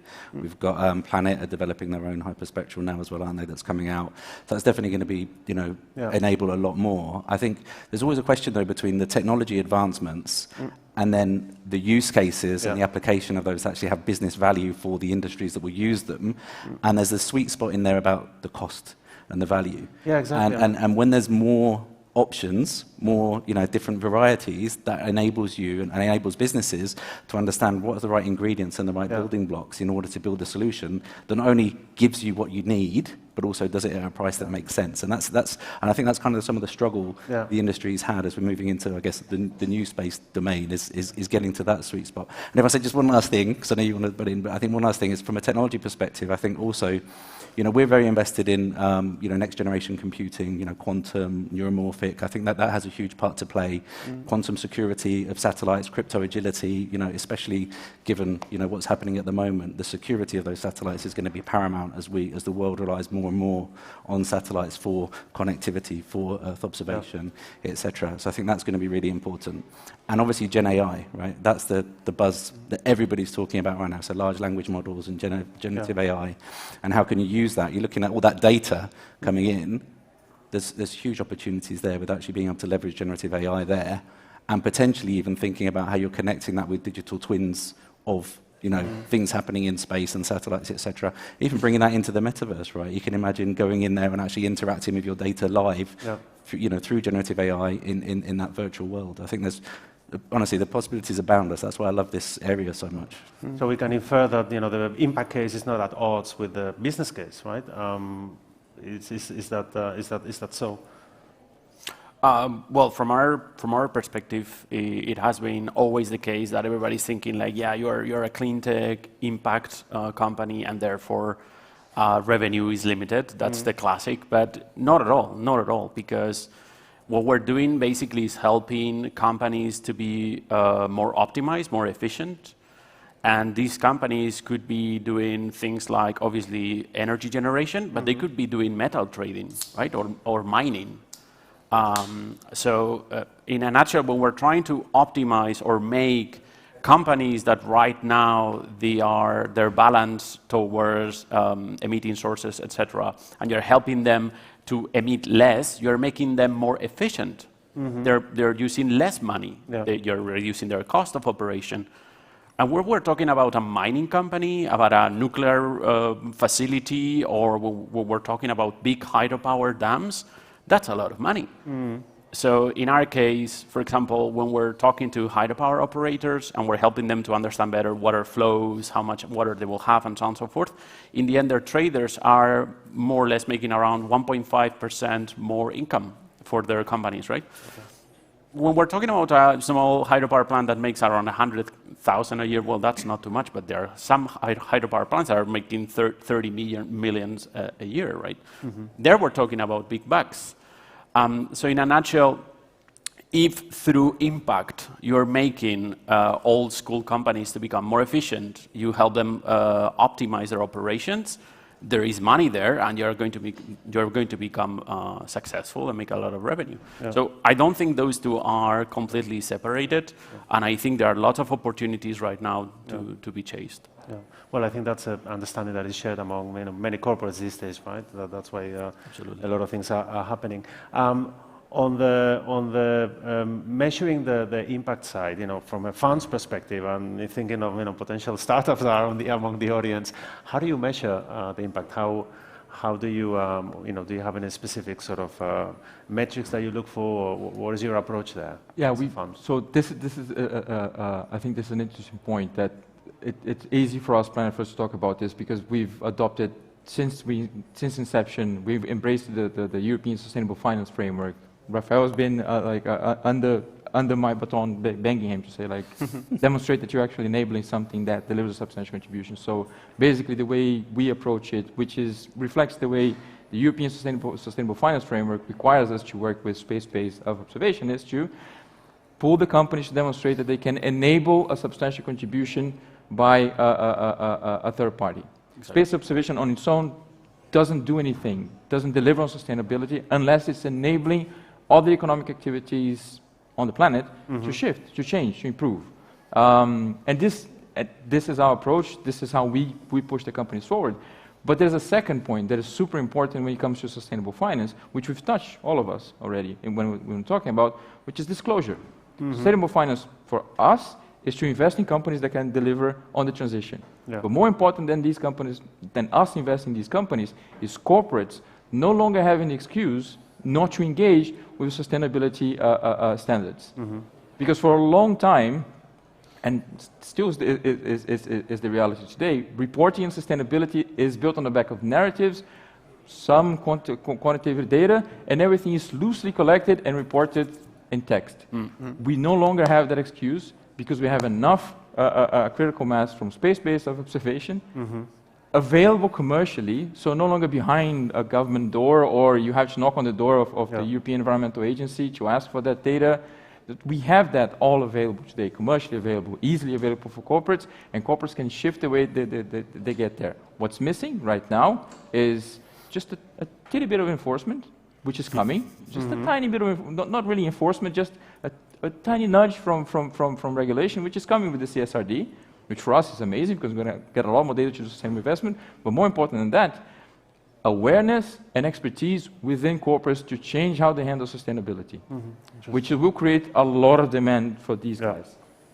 And for you as well, and for Accenture as well.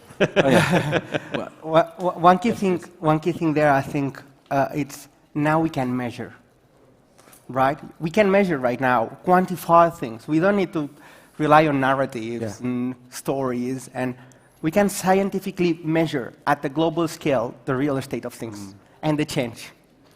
And that empowers the ability to enforce good practices, to shame those that don't, to visualize it, right? And to help, unless we measure, we cannot take action. So we measure, we understand, and we take corrective actions to improve.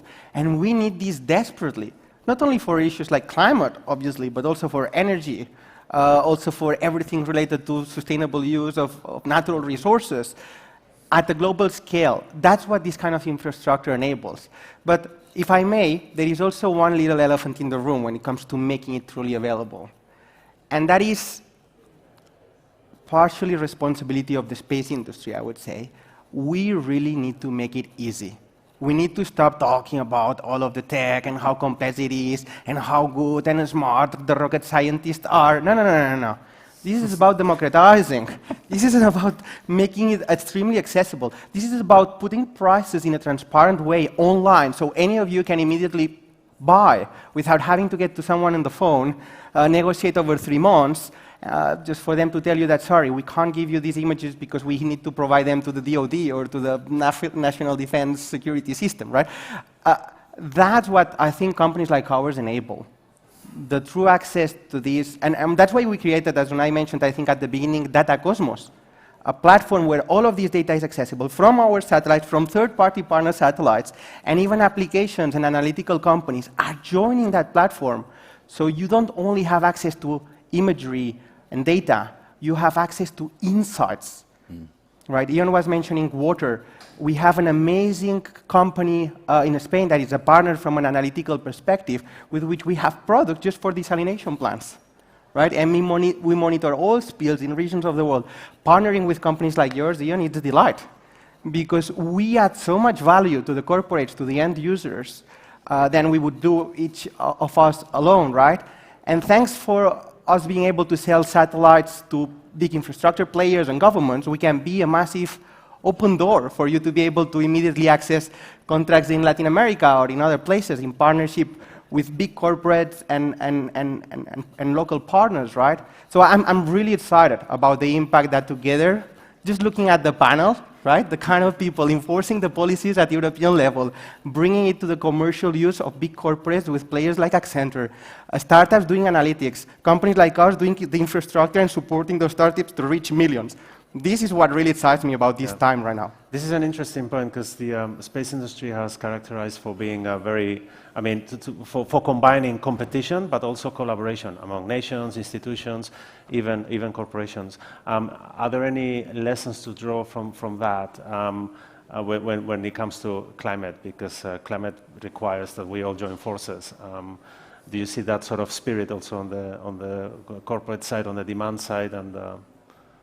Yeah, I mean, I think it's such a big challenge that we have, the planet has, and I think every company or government or agency, as they're looking at trying to solve it or make steps towards it, it involves a group. It's a team sport in order to do that, right? One company is not going to do that on their own. They can help meet some of their own targets, but in order to do that for wider society, it's a group effort. Yeah. So I think definitely, and also, I mean, technologies. I mean, I think people get in silos sometimes. I remember, and I used to lead blockchain for Europe, Middle East, and Africa for a while, and everyone's like, blockchain will solve everything, and kind of now you've got Earth observation will solve everything, and none of these technologies, as amazing as they are, will solve all these things on their own. Yeah. They solve them in conjunction with other technologies and other ways of looking at that technology and bringing it together. So even from a technology perspective, it's a team sport as well as from a company perspective, I think. Yeah, interesting. I don't think we have. Do we have time? Oh, yeah, I think we are out of time. We have a lot of other things that we would love to discuss. Please come after the session if you want to discuss any of the topics with our speakers. I thank you very much, and we all thank you for being here, and thank you in special to our honored guests, and thank you for your time. Hope you enjoyed it. Thanks.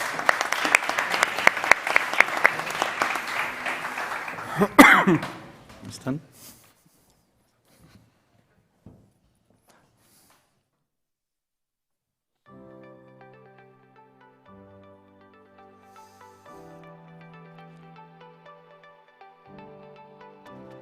Thank you again to this wonderful panel and the current discussion. And actually, for those who want to continue with this topic of space and space technology, then head to the Catalyst stage in about half an hour or so, where they'll be talking about the new business models in space.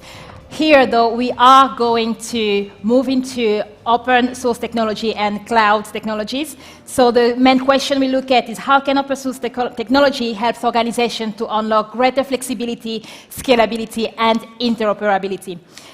The title of the talk is Avoiding Cloud Locking and Embracing Open Source. So let's welcome to the stage Matthias Sosa, Product and Marketing Manager at OVH Cloud, and also David Peña, Product and Solution Sales Specialist at Dell. Gracias. Thank you. Thank you, Nelly. Hello, everybody. Thank you for attending this chat today. The objective, as Nelly said, is to cover some concern that right now some companies already have, and also to talk this and introduce this in some startup that maybe they are not concerned about this. That is a vendor lock-in, security, and also advantage that open source technologies already have. I have the pleasure to count right now with my mate, David Peña. Pleased to meet you again. Thank you, David. The thing is that basically the first things, and in order to make an introduction, is that everything is about data right now. Data is almost the base of the technologies. There's nothing right now without data, and we are now, for example, have the example of the AI, and I wanted to to introduce this because the data is becoming more value, and with that we have a growth of little concerns about data security, how data have to scale, to innovate through the data, to retention, and also to be concerned about business continuity and backup solution, etc. But as we said at the beginning, another concern is the cloud locking.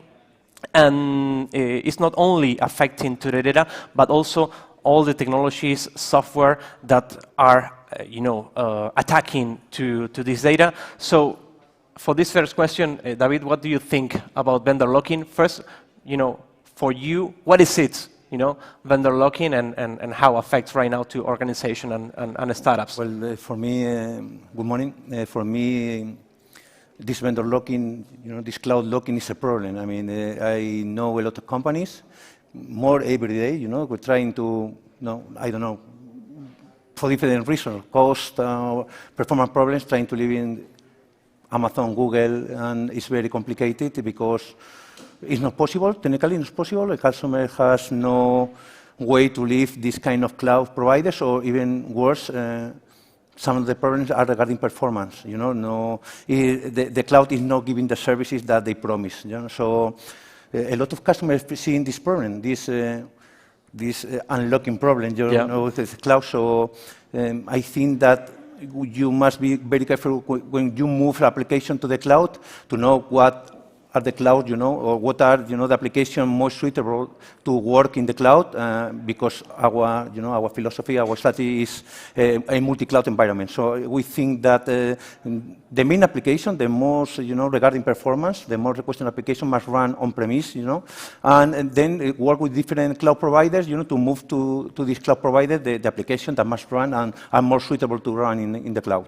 So, but sometimes customers take in theory, the wrong decision, to move all the applications to the cloud, and then they found this kind of problem interlocking. What do you think about this interlocking? I see the vendor locking as two different ways. First is the technology one, that affects the compatibility of different technologies. If you want to move or migrate to from some technologies to another provider, or also if you want to go also on-premise or in a co-location, could be a compatibility issue, but also, and very important, there could be economical reason, because maybe in order to move your data or to move your technology, you have to spend an amount of money that maybe you could not afford, especially when you are managing, big data sets or huge database. Could be a big issue on that.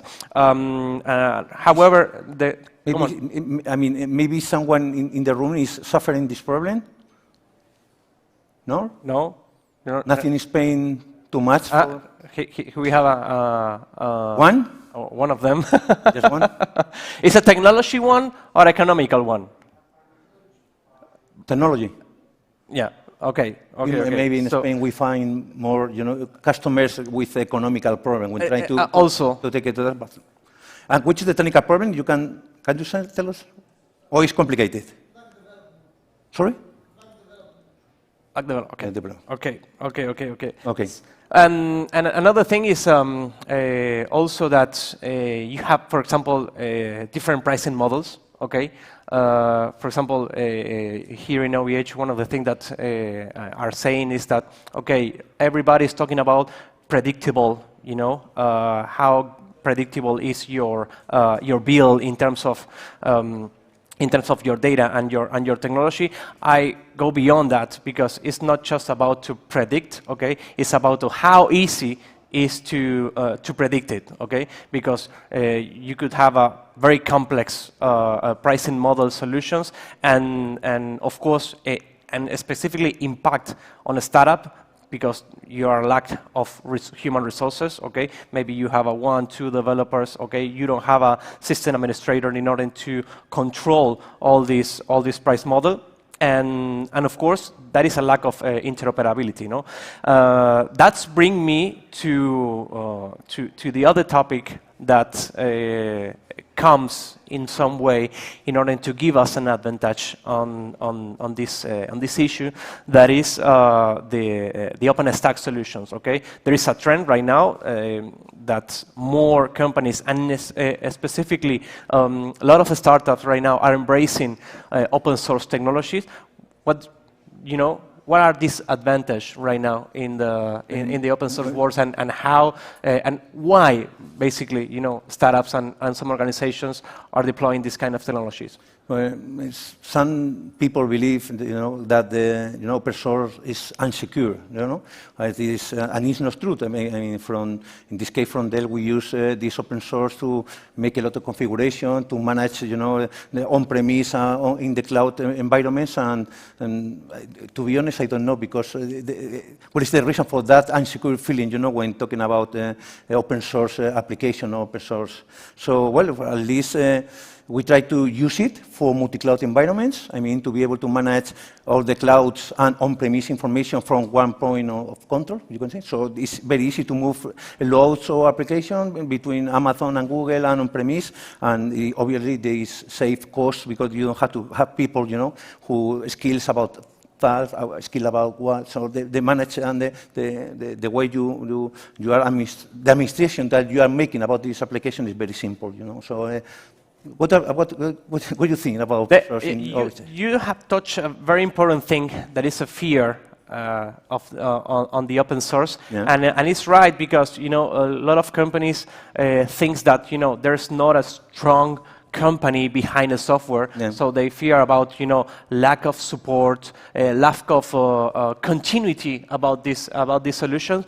But the reality is that right now, for example, we have very good examples in the market with different organizations. For example, most of you maybe have known about Kubernetes technologies, okay? And Kubernetes technology right now have a very strong organization behind that, is the Cloud Native Foundation. So even if you are, for example, looking for enterprise support on the open source technology, we have companies, for example, like Red Hat, okay, or even, for example, in the terms of virtualizations, we also have OpenStack, and I think that also open source technology is not about not only cost, because obviously, as you said at the beginning, could be a cost advantage. We are not talking about license cost, so we could avoid that. But also there are other benefits that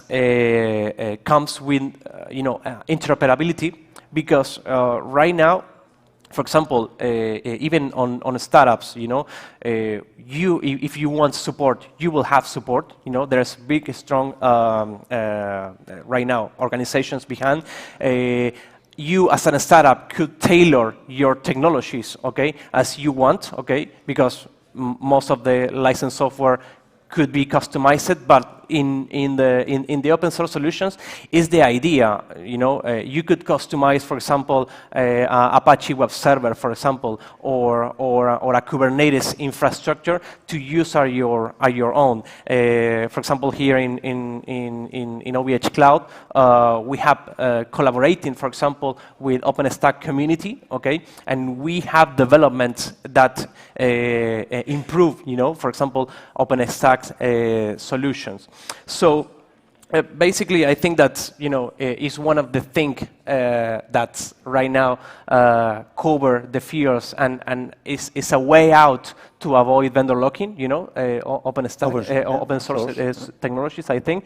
So so that is this is what I told you at the beginning. I don't understand why people don't feel comfortable using this kind of environment, open source, because when you talk to the people, no, it's unsecure. It's not true. I mean, at least in Dell, we use it, mainly for those multi-cloud solutions, and it's totally secure, So And in the same way that you use VMware or wherever, you are using this open source with totally, a secure environment. So correct. Be confident about that.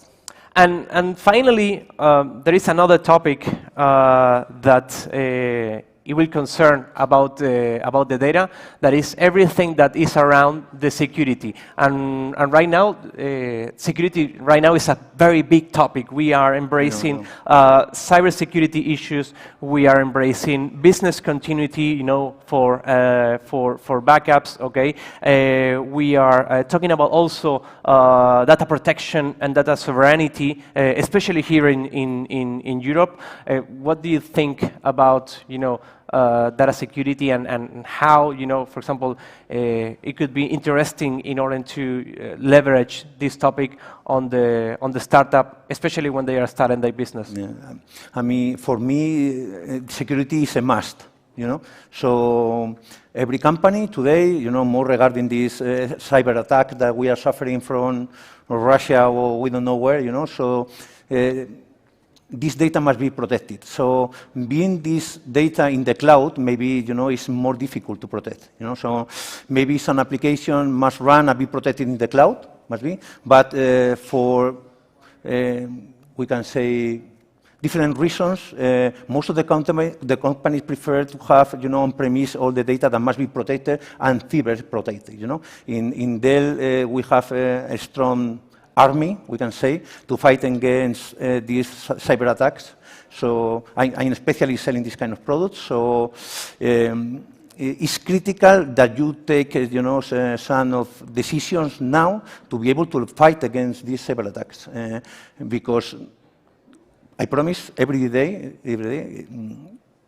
maybe every week I'm seeing your customer cry, and it's not joking, because they have lost, all the data, And when you have a problem with the security and the data is in the cloud, what is the first thing that you make? You cut the communications. Yeah. So if you have a cybersecurity, we can say, you have a cybersecurity solution in the cloud, maybe you are not going to be able to use it because the first thing is, cut the communications, push it, the red button, and so most of the customers, for legal reasons, so government, all the kind of thing, prefer to have, this goes very closely with the multi-cloud environment. They prefer to have this information on-premise, in a colocation or wherever, and some applications to be running in the cloud. And so security is very important. I recommend you to take cybersecurity products right now. Dell, in this case, have these kind of solutions, and I understand OVH as well. But please, take an action regarding security for this kind of information. In fact, the thing is that the bad thing about cybersecurity is that it's a kind of, ethereal topic. You could not touch it. You could not, it's not like the hardware and the hard drives and the amount of data that you could have is something ethereal, and we don't recognize how important it is, until we have a failure. So it's a very very important right now to ensure basically our IT solutions with this kind of technology. Another topic, for example, what we are pushing right now in OVH Cloud is not also the cybersecurity in terms of specific solutions, but also in the protection. Right now, there is a lot of concerns right now in companies, especially here in Europe, about the data sovereignty. There is a lot of countries right now changing the laws in how the data could be how be managed, okay, and protected, and that is a challenge, okay. There is a challenge because not all the cloud solutions right now are in some way prepared in order to be compliant with this law, okay, and one of the important things in order to do that is that try to find a provider in order to that could be compliant with this law. But also another topic, and you mentioned at the beginning, is the multi-cloud. So, in order to have and also hybrid cloud, in order to could take advantage of the cloud solutions. Okay, always thinking about the locking. Always thinking about how could lock your technologies, but also using on-premise solutions for those critical data that you could have in your company. So with this, we are finishing our time. I don't know if you have any last words. We are finding more customers that are trying to to bring this application that now are running in the cloud to on-premise, because not only for cost, or a technical problem, but also because they want to have the information secure, and that the information is in this room, it's not, you don't know where, So in fact, more the customers or more the people who are working in the customer, don't know about this application or don't know about the company has a cybersecurity, because sometimes the enemy is inside. So maybe even the people who is working with the backup software is not able to know about this cybersecurity solution. And obviously you must have this information in on-premise.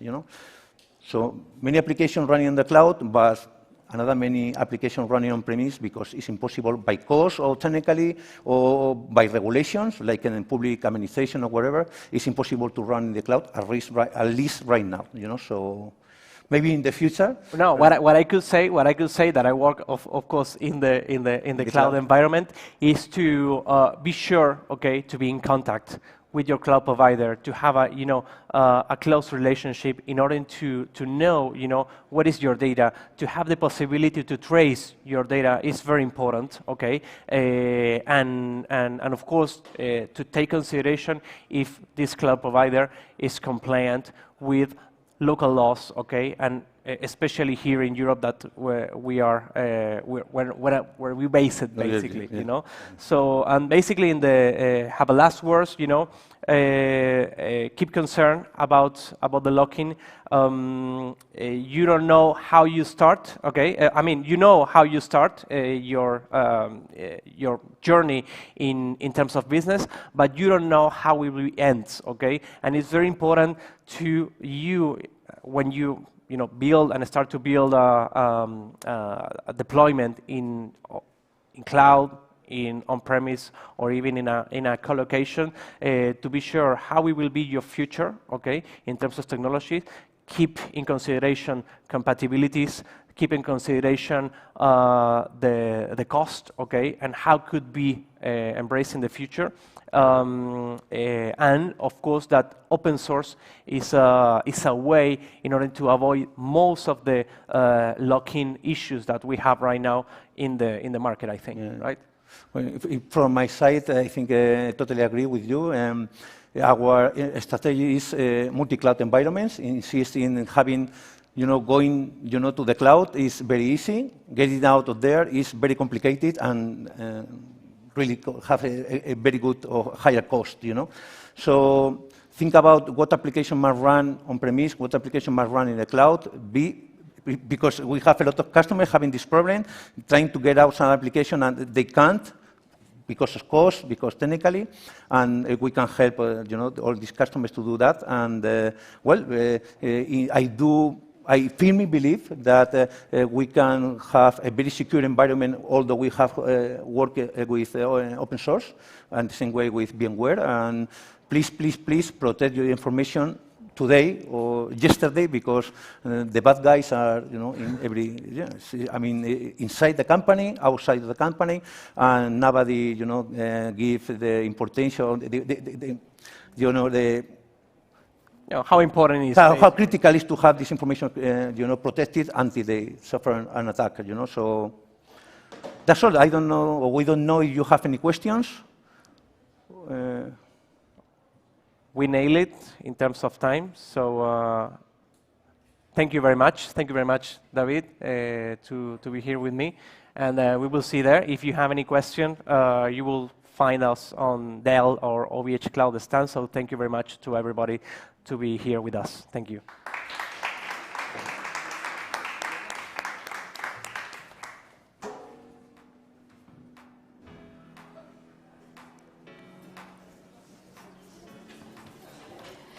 Thank you very much for the insights on the cloud technology and how open source can be key to dealing with the challenges that we are at the moment and reaching our goal for 2030.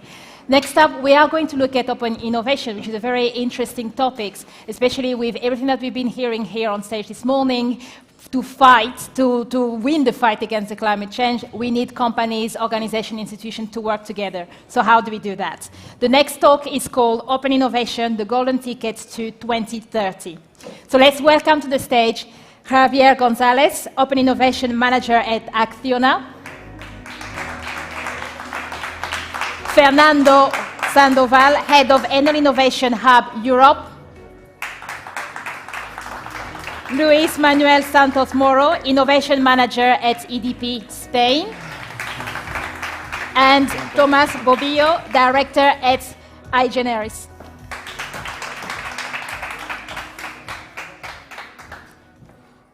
Thanks a lot for the warm welcome and good morning, everybody. I hope you are enjoying the third day of this fantastic event. Today, I'm delighted to be here in front of you to discuss a tremendous topic that is the open innovation, because we consider this is the big ticket, the golden ticket for 2030. Open innovation is a new paradigm that has shown us a new way to collaborate, a new way to create new business, and has challenged the way that we used to work in the past.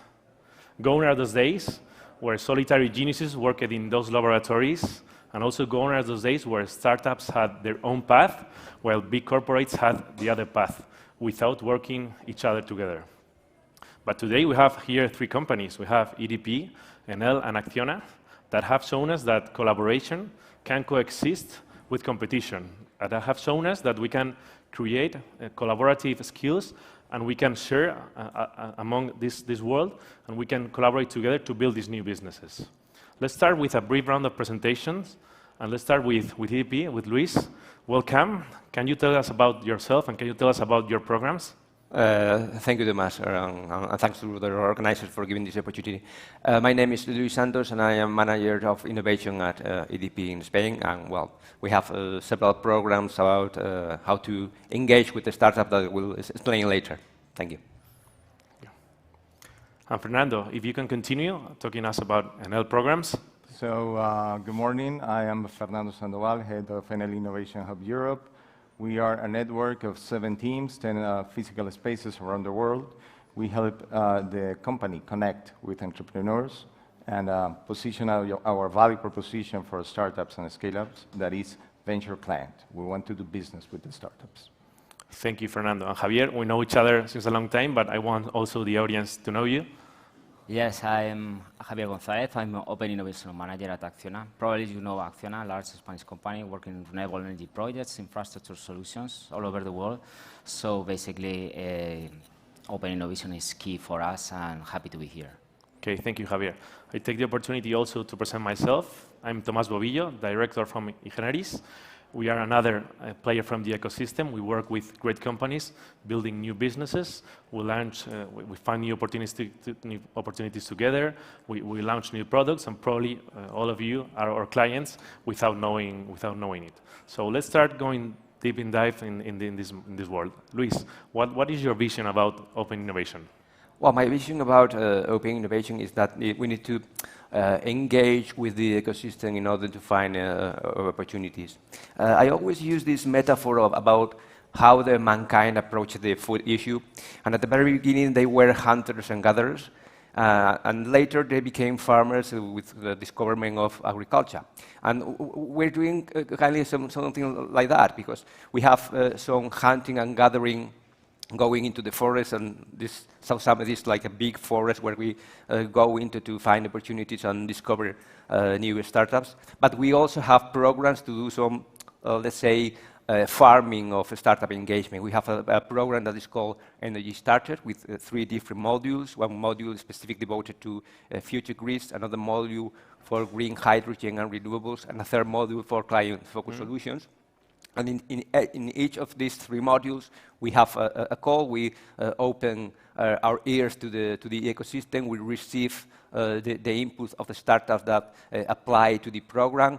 We select them. We have some roughly 500 startups in every of the modules. And then we end up with a set of 10 startups that we submit to a bootcamp where we can have a space for the open discussion with the people from the business units, and so they find the opportunity to perform pilot projects. And with those pilot projects, we test the opportunity of their solutions, and if we don't like very much the solution, then we invest with our venture capital instrument. Okay, great. Thank you for your vision, Luis. And Javier, what about Acciona? Could you tell us about the current programs? So where is Acciona right now in terms of open innovation? Yeah, well, basically we have a flagship program. It's called Innovation. So Innovation is like, we consider it as an open window for opportunities to collaborate with Acciona. So from the point of view of the startup, it's quite interesting because it's challenge-driven initiative.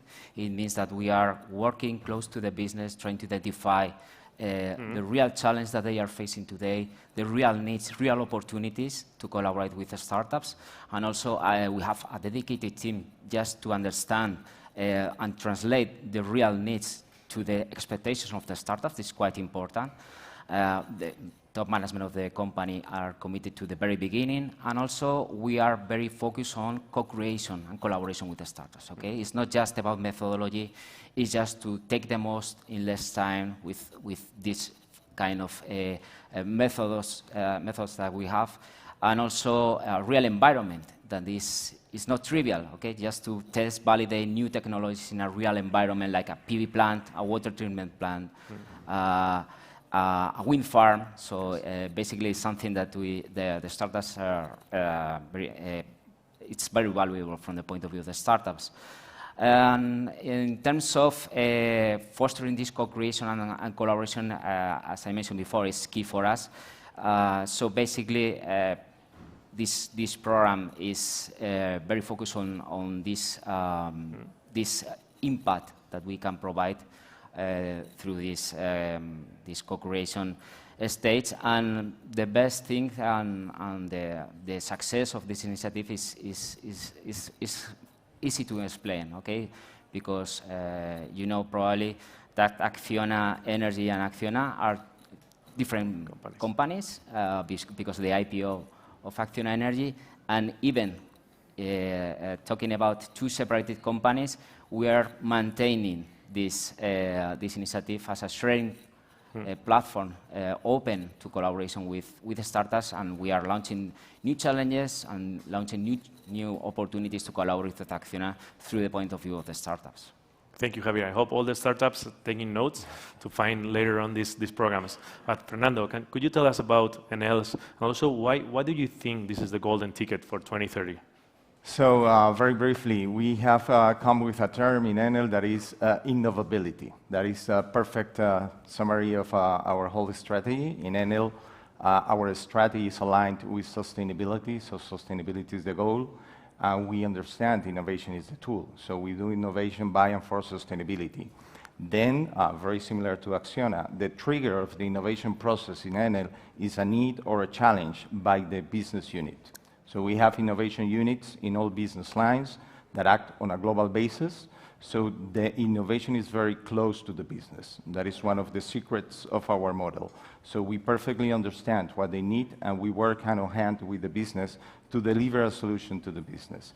Then coming to the open part of innovability, we do not work alone. We work with many different players. We work with universities, with research centers, with major vendors as well, and we work with the startups and scale-ups, depending on the characteristics of the need. So if it is basic research, what we are looking for, we go with a university. If we need something that we need to scale up very fast, probably we go to a major vendor. But there are many challenges that we cover with the startups and with the scale-ups because we understand talent is not within the company. It's also outside, and we want to take advantage of that talent in a collaborative way. So we do not invest in startups. As I said before, we have a venture client approach, which means we do business with the startup. Bringing it to the sustainability part, it is true that a startup needs money, so investment is a must. But if you want a startup to be sustainable in time, you need to create business. You need to have a portfolio of recurring customers. And that's what we want to be for the startup. We want to be the business. So we, in the model we have, we set up POCs or pilots with the startups that best fit those needs we identify in the business units.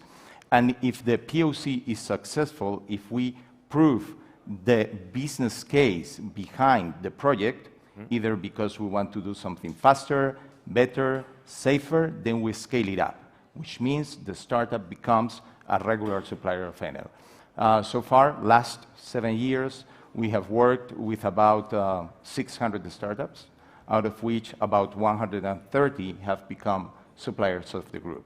Why is it the golden ticket? I think it's pretty clear. We all have a challenge. We can call it climate change, energy transition, electrification of demand. It doesn't matter. The point is that we need to be fast in order to achieve that challenge. And if we want to do it, we need to do it together. So it is not a matter of doing it by ourselves. It is a matter of collaboration. Sometimes it could be competition, but it's collaboration at the end. And the only way to do it is working together, and open innovation has proven to be a perfect tool, and being part of the ecosystem, wonderful way to get in contact with those people we want to work with. Thank you, Fernando. It's impressive to see where are these companies now, and it's more impressive if we look backwards and we know where we came from. Yesterday we were talking, Javier, about all the stages that you have passed to come up to here. If you could tell us about the past and those learnings. Yeah, well, since 2017, and talking about 50 projects that we have launched under this umbrella, working with 9 business units, and also 6 editions in 2 locations, in Chile and Spain. Yes, we can identify some evolution, okay? But I think it's not just for Acciona. I think it's in general. Maybe some of the companies that are here, corporates, are reflected in one of the stages. We have identified the first stages like innovation theater, innovation playhouse, okay? Number of events, a lot of innovation days. No matter it's a hackathon, it's a acceleration program. So with KPIs more focused on or related to marketing, that is fine because you are gaining visibility. The second stage is what we call collaboration is the king.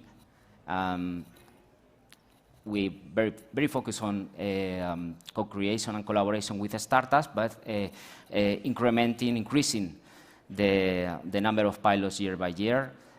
More focus on launching challenges, launching pilot projects, gaining more visibility, and also at the end of the day trying to change the mindset of the corporation. I guess like a sense of speed.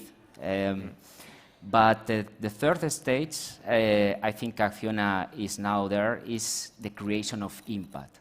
It means that we are less focused on the number of pilot projects. It's less projects, but more qualified.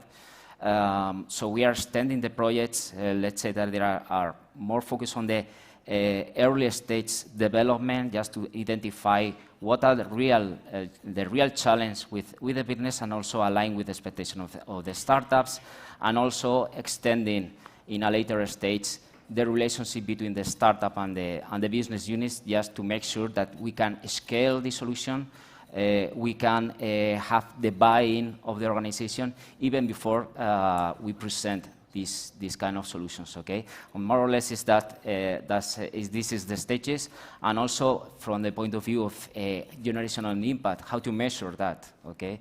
That is quite complicated. I don't want to talk about a return of investment because it's another conversation, it's a hot topic.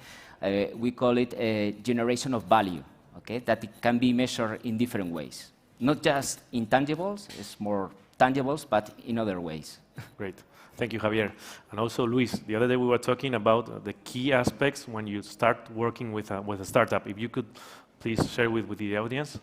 Well, I want to share with you the basic learnings from our program. We initiated the program in 2017, 3 years before the pandemic. And since then, we have came out to different learnings. The first one is that we specialize our program into 3 different modules in order to have our business units engage specifically in the program where they can benefit the most. And this is going not to distract the people in the business units, talking with startups that are offering value in other segments. The second learning is that we differ two kind of startups. On the one hand, you have digital startups that basically can improve their solutions very rapidly. But there are, on the other side, startups that develop physical stuff. They develop devices that, at the end of the day, have to be connected to our assets. And we all know this concept of the minimum viable product, but companies, utilities that deliver 24/7, we don't need minimum viable products. We need maximum reliable products, because especially people in the distribution business unit, they ask for every possible certificate in order to allow the company to sell their products and connect it to the grid. And this is very tough for the startup, because the second largest reason for the disaster or disappearance of a startup is lack of money. And money is time. So if a startup is going to spend a lot of time getting the appropriate permits and certificates, they will die. So we are very sympathetic with the startups that develop physical stuff, because we understand that life is very difficult for them. So we encourage and try to help them to accelerate the time to market. And finally, the third basic learning is that we don't work with challenges. We don't work with challenges because, well, we understand, and we have understanding with our data, with our projects, is that when you address a startup to ask them to provide you with a tailor-made solution, you may end up with a strained relationship or in a dependency. They will depend on you, and you will depend on them. And we have come to the conclusion that it is better to respect the technological roadmap of the startup. And, well, if they make a beautiful product that is it's suitable not only for me, but also suitable for Enel or suitable for Acciona, it could be the best for the 3 of us. And we will be able to have a product with a price reduction that will be better for us. So we want our startups to be global champions, not only startups devoted only for EDP. So we have another program that is called Free Electrons. It's a program when we are not alone, we are with several other utilities. It's like the Champions League. And when a startup is successful in our own program, we invited them to apply to Free Electrons when they have the possibility to, well, share their product with utilities from Australia, the USA and Hong Kong. So I think it's the best for the startup. That the startup wants to be a regular company. They don't want to be a startup forever. So at the end of the day, they want to be global champions and will be the providers of other companies. Thank you, Luis. And Fernando, we know we have here some corporates that want to learn also about you three. What you could tell them about your learnings from this long journey? We could be talking hours about it. I have a summary here, because I didn't want to miss the right message. So first of all, you just said it. It is a long-distance race. So this is not something that you do from one day to the other. It is not rocket science, I believe. It is a matter of process. It is a matter of understanding how it works, how the ecosystem works, how the relationship with the startup works, what you want to achieve, and then learning by doing. There are many different models. We have heard about accelerators. We have heard about corporate VCs. We have heard about venture client approach as the one we have. There's no perfect model. It is just a model you feel more comfortable with. We're comfortable with a venture client. It works for us, so we have tried to master that. So we believe we do it very well. We still have to learn. But it's the main thing. Try to define what you're looking for and what is the best model for you. Then you have to prepare the company for working with the startups. So it's a matter of culture. So there's a lot of, at the beginning of okay, come and see with the startup, but what is the startup? What do I have to talk with them? So that is the very first part. So it's preparing the culture. The other day, my boss was kind of worried because there are more and more areas within the company that are working with the startups, not taking into account the innovation units. So he was like, what's going on? Are we not doing well our work and they need to go directly to the startups? And we were telling them that we think it is a success of the model because working with the startups is now a regular practice within Enel. We don't need to go through the innovation units anymore. There is the culture, but there is also a process. So we have worked with the legal department, with the procurement department, so we kind of ease how to work with the startups. So we do not ask for, you go and if you want to look for the procurement conditions, if you want to become a supplier of Enel, so probably you need to have, I don't know, thousands of customers and you have millions of revenue. So that is not the case anymore for startups. It is not that we have a different process, it's that we have a specific category for startups and we of course, we need to be compliant. We are a big group, but we ask for the things that we need, that we think we need from the startup when they qualify as suppliers, and it's a much simpler process than when we ask the same for a regular supplier, let's say. This is kind of cliche. I don't know if that is the word in English, but it's, you need the top level support if you want this to work. That is a must, and we have seen it in Enel. We started working with the startups about 10 years ago, but it was about 6 years ago with a change in the management of Enel that the program really scaled up.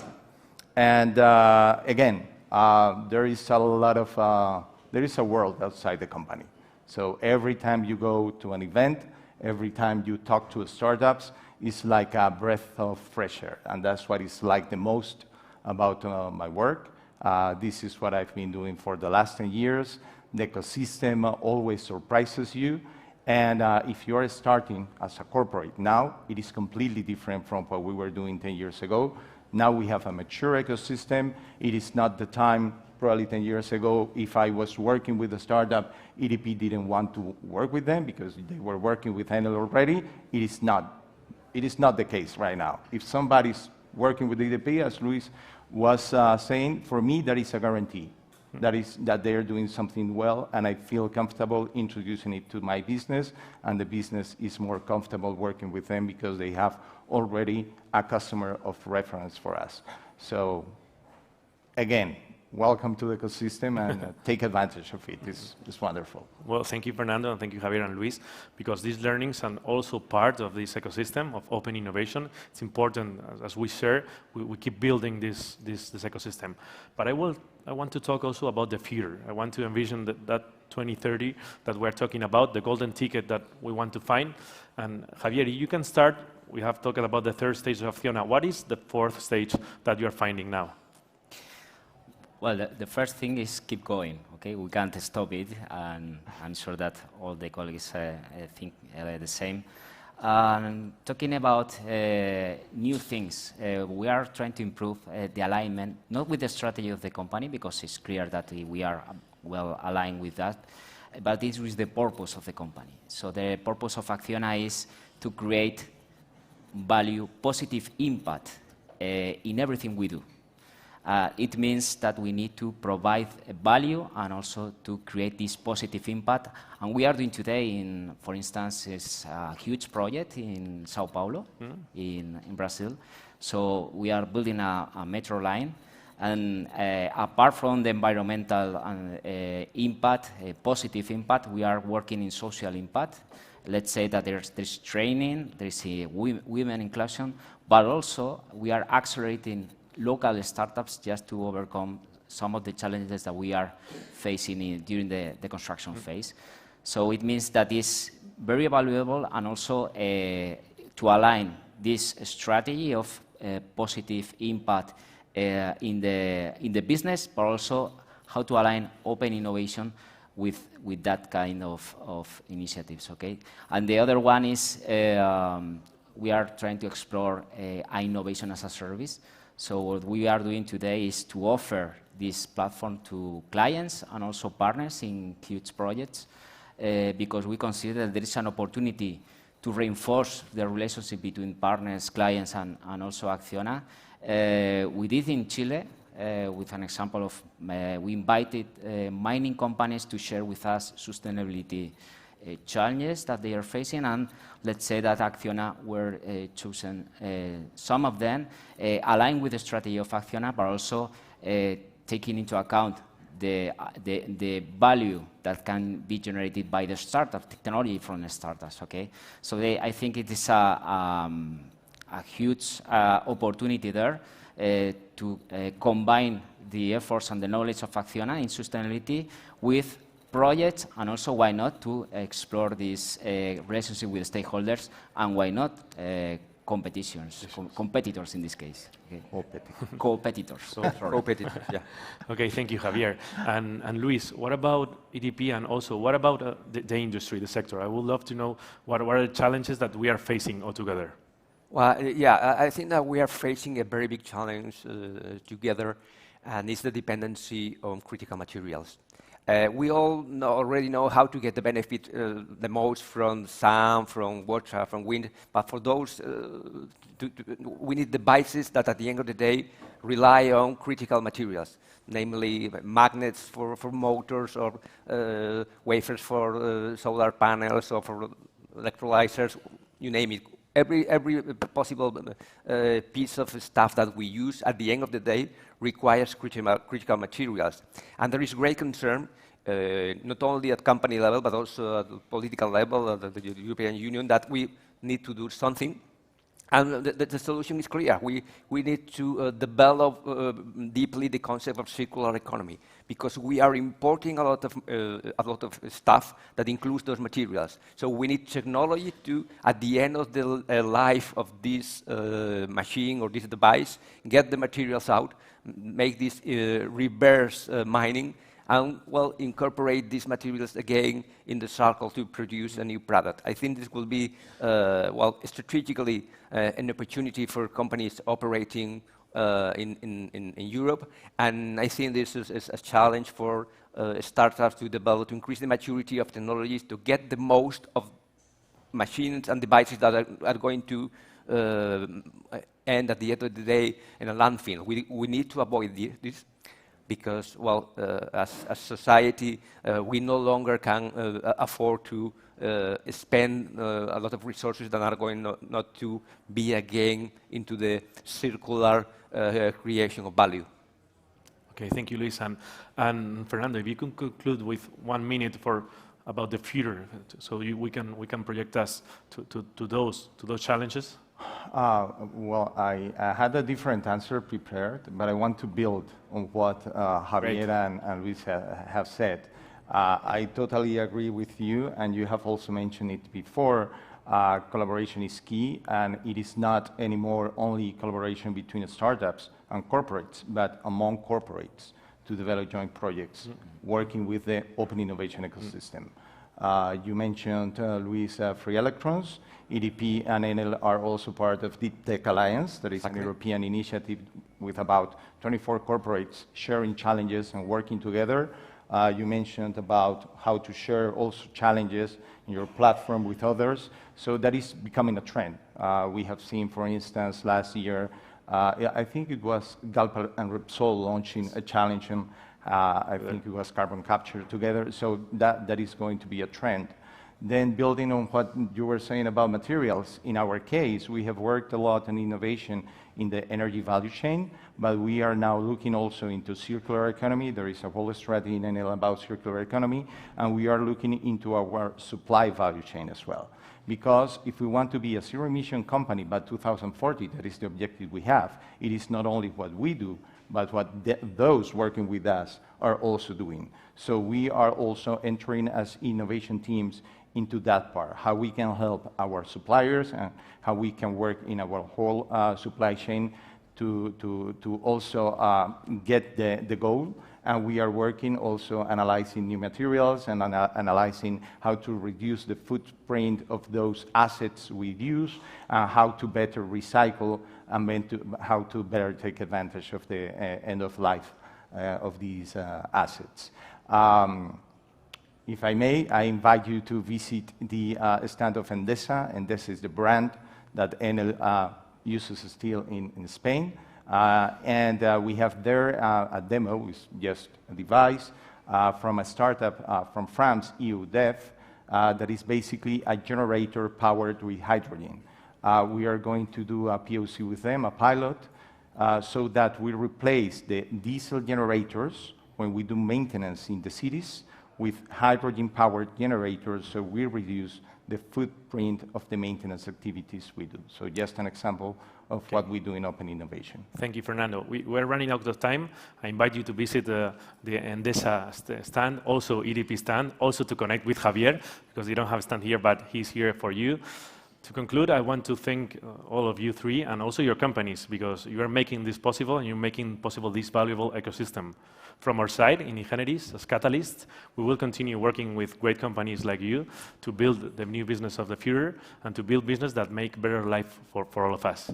So thank to everybody. Let's keep enjoying the last day of South Summit, and a big applause for all this audience. Thank you.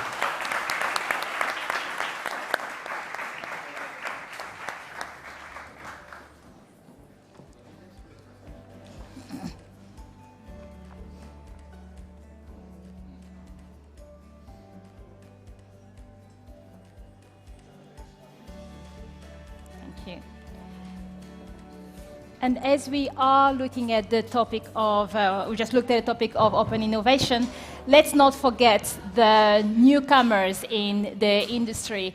So in just under an hour on this stage, we will have the Mutua Innovation Challenge, where students from the universities across Madrid will present their projects, and the winner will be selected. It's based on mobility projects and how to improve that in Madrid. So that is happening here on this stage in just under an hour.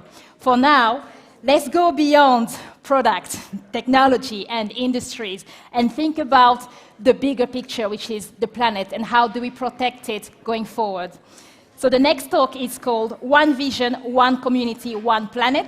Let's welcome to the stage Teresa Parejo, Sustainability Director at Iberia. Thank you. Javier Palmero Perez, Partner Strategy and Innovation at Veolia Group. And Robin O'Brien, founder at Sirona Ventures. Thank you. Thank you all for being here with us this morning.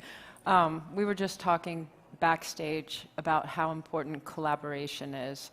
And I'm not going to spend any time covering their bios. They are tremendous. Both of them have very deep international experience, both in academia and in business.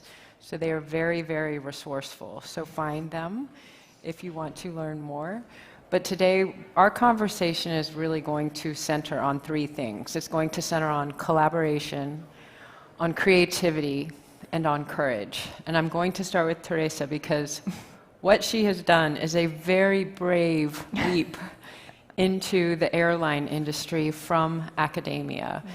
And I would love for you to talk a little bit about this, because we've all woken up to the importance of sustainability, which I'm not sure if that is the right word, but you understand what I mean when we talk about sustainability. It's basically, we take a business practice and we think about its impact on the planet, and we think about its impact on human health, and how as industries, we were basically blind to that for a very long time.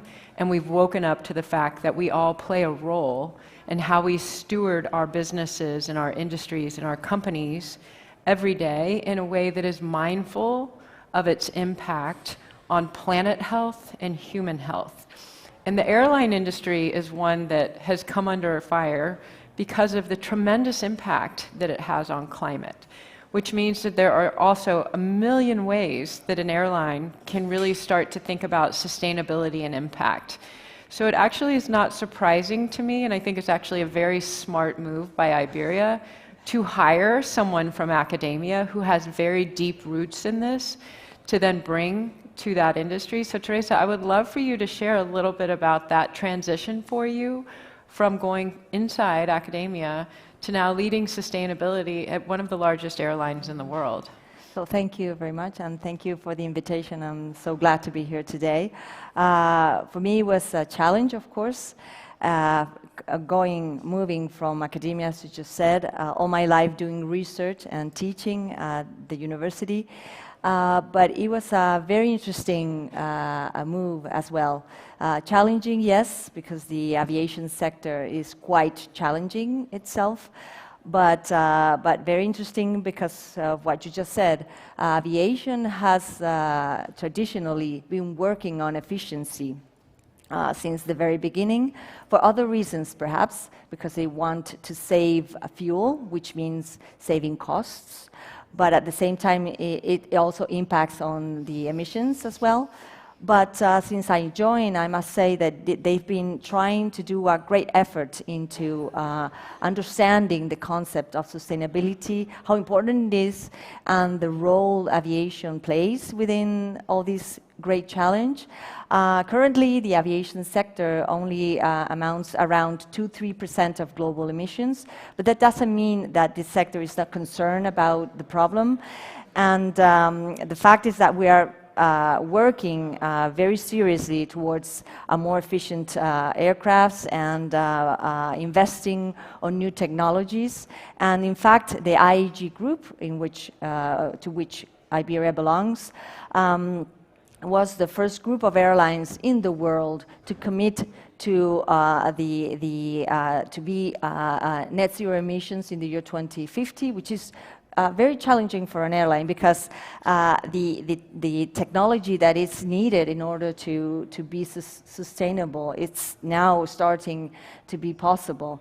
But there are things that we can do, and we are already implementing that, and we are investing a lot of money, around $900 million already into sustainable aviation fuels, which is the key technology into sustainable aviation. So I'm not gonna, I can keep Yeah, talking, no, that's a great start, and I think you've given us a perfect segue to Javier's work. His work is, I would say, very much at the tip of the sphere for innovation. And he does a lot of work around the world in Latin America and Africa, Spain, Paris, where the company is based. And as we were talking backstage, water, we don't survive a single day without water. Water is so incredibly important. And when you have these conversations around impact and sustainability, often it centers around carbon. And the term carbon tunnel vision has come into play, where it's like, oh, we only talk about carbon and we're ignoring all of these other things on the side. Water, to me, is the North Star. We don't have food without water. We don't have life without water. So water absolutely is the North Star. And Javier and his team have had a tremendous focus on water and impact. And I would love it if you could share a little bit about that, specifically on the water piece, and how global that conversation is to you as we really talk about water and elevate, this critical piece of the conversation. Okay, thank you very much, and thank you very much for the invitation. I'm glad to be here with you and with Teresa. It's a pleasure for me. Well, the Olea, we are 200,000 people worldwide, and in Spain we are a big company, it's 22,000 people. We operate mostly 50% of the private water in Spain, and we reuse 50% only for other different use, 70% for agriculture, and it's a huge topic, water reuse for innovation, and how we can expand our innovation in water is a challenge.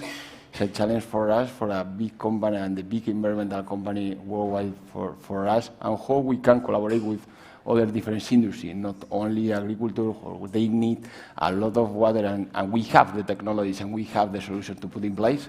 Nevertheless, the problem sometimes is how we can collaborate with the industrial clients, with regulation, with our political rules we have in the different contexts we are working.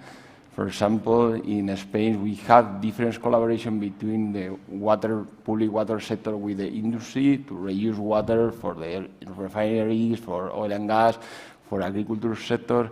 Nevertheless, the scarcity of water, for example, in Spain is going up.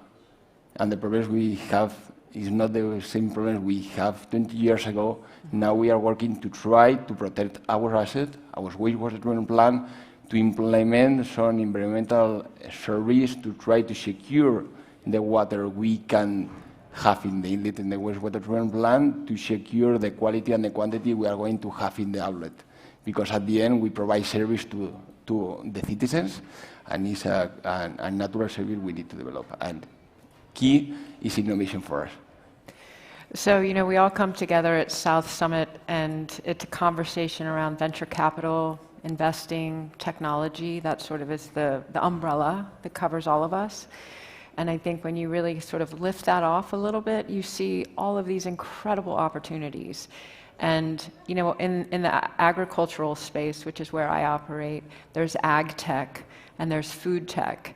And I think water technology, what we can do to conserve water, to look at water conservation and water infiltration across all of these industries is so important. And one of the things that I love about South Summit is it allows for a conversation of three people that you may not ever find working together before in any way, suddenly on stage together having a conversation of the ways that we could perhaps collaborate. And I think that's always the thing that we should be looking for is where do we find this common ground? How can we work together? Where is there an opportunity to collaborate?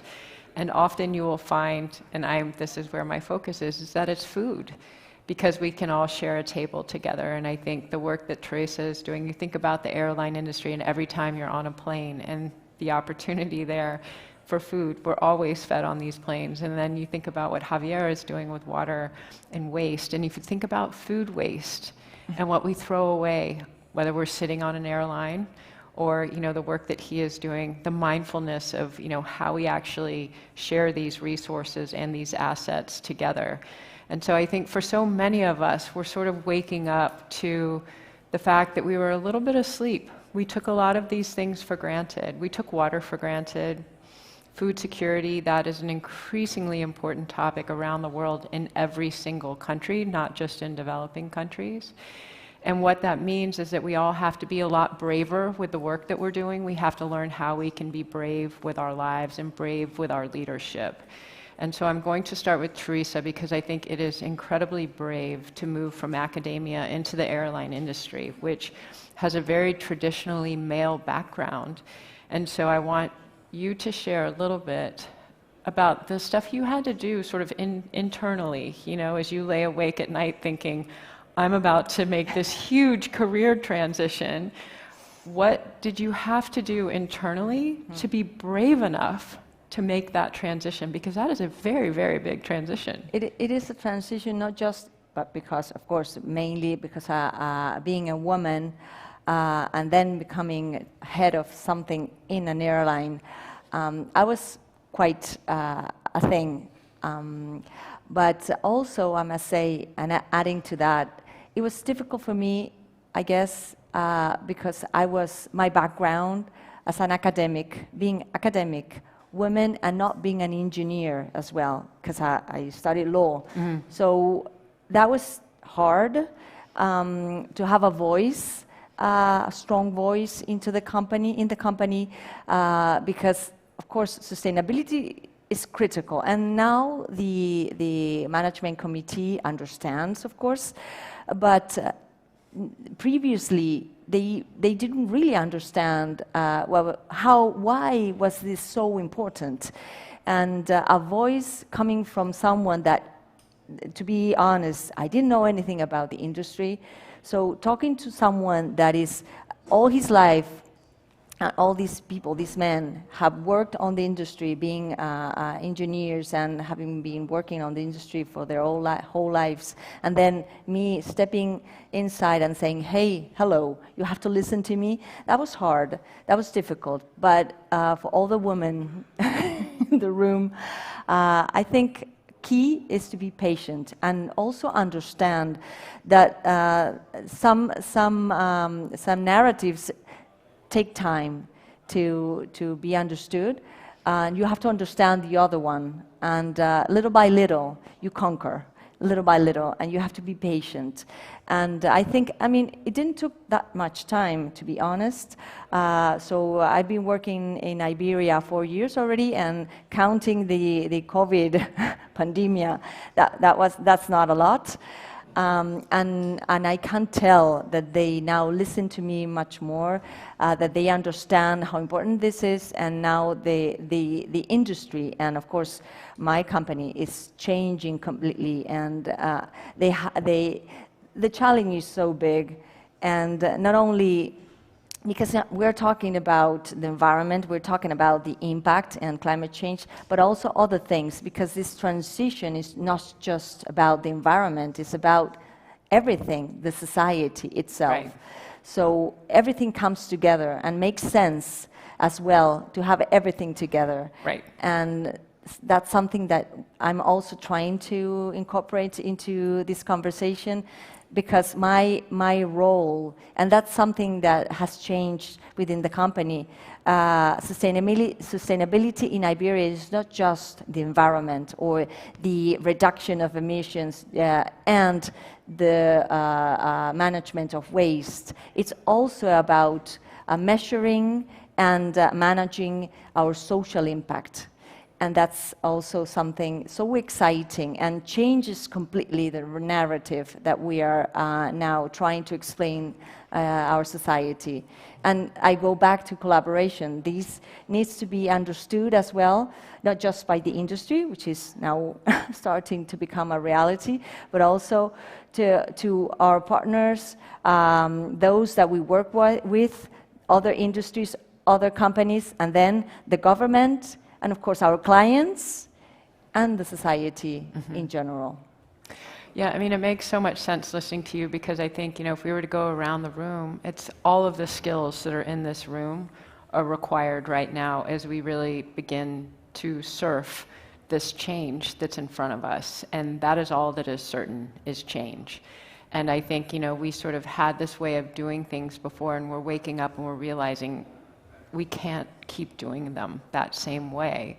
And so it's an invitation to participate in where can you lend your talents and where can you lend your expertise so that you are part of this solution. And as Teresa was saying, it's like when you sit in those rooms and you're having those conversations where it's uncomfortable, you know, you feel that tension, there's a tension. It's kind of exciting at the same Yeah, time. there's a tension there.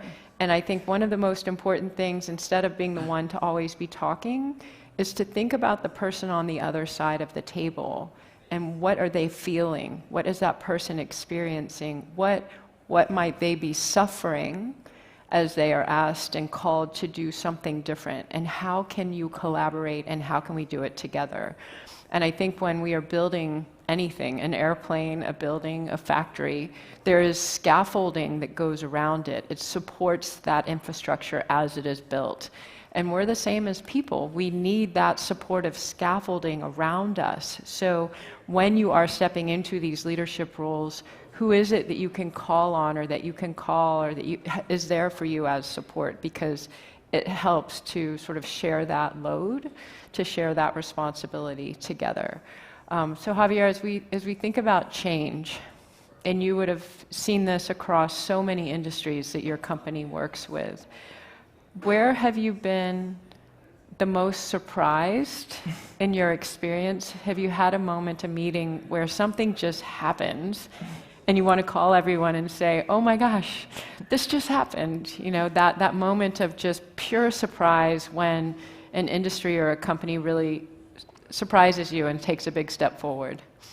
Well, in that case, I'm going to change a little bit from water to the waste side.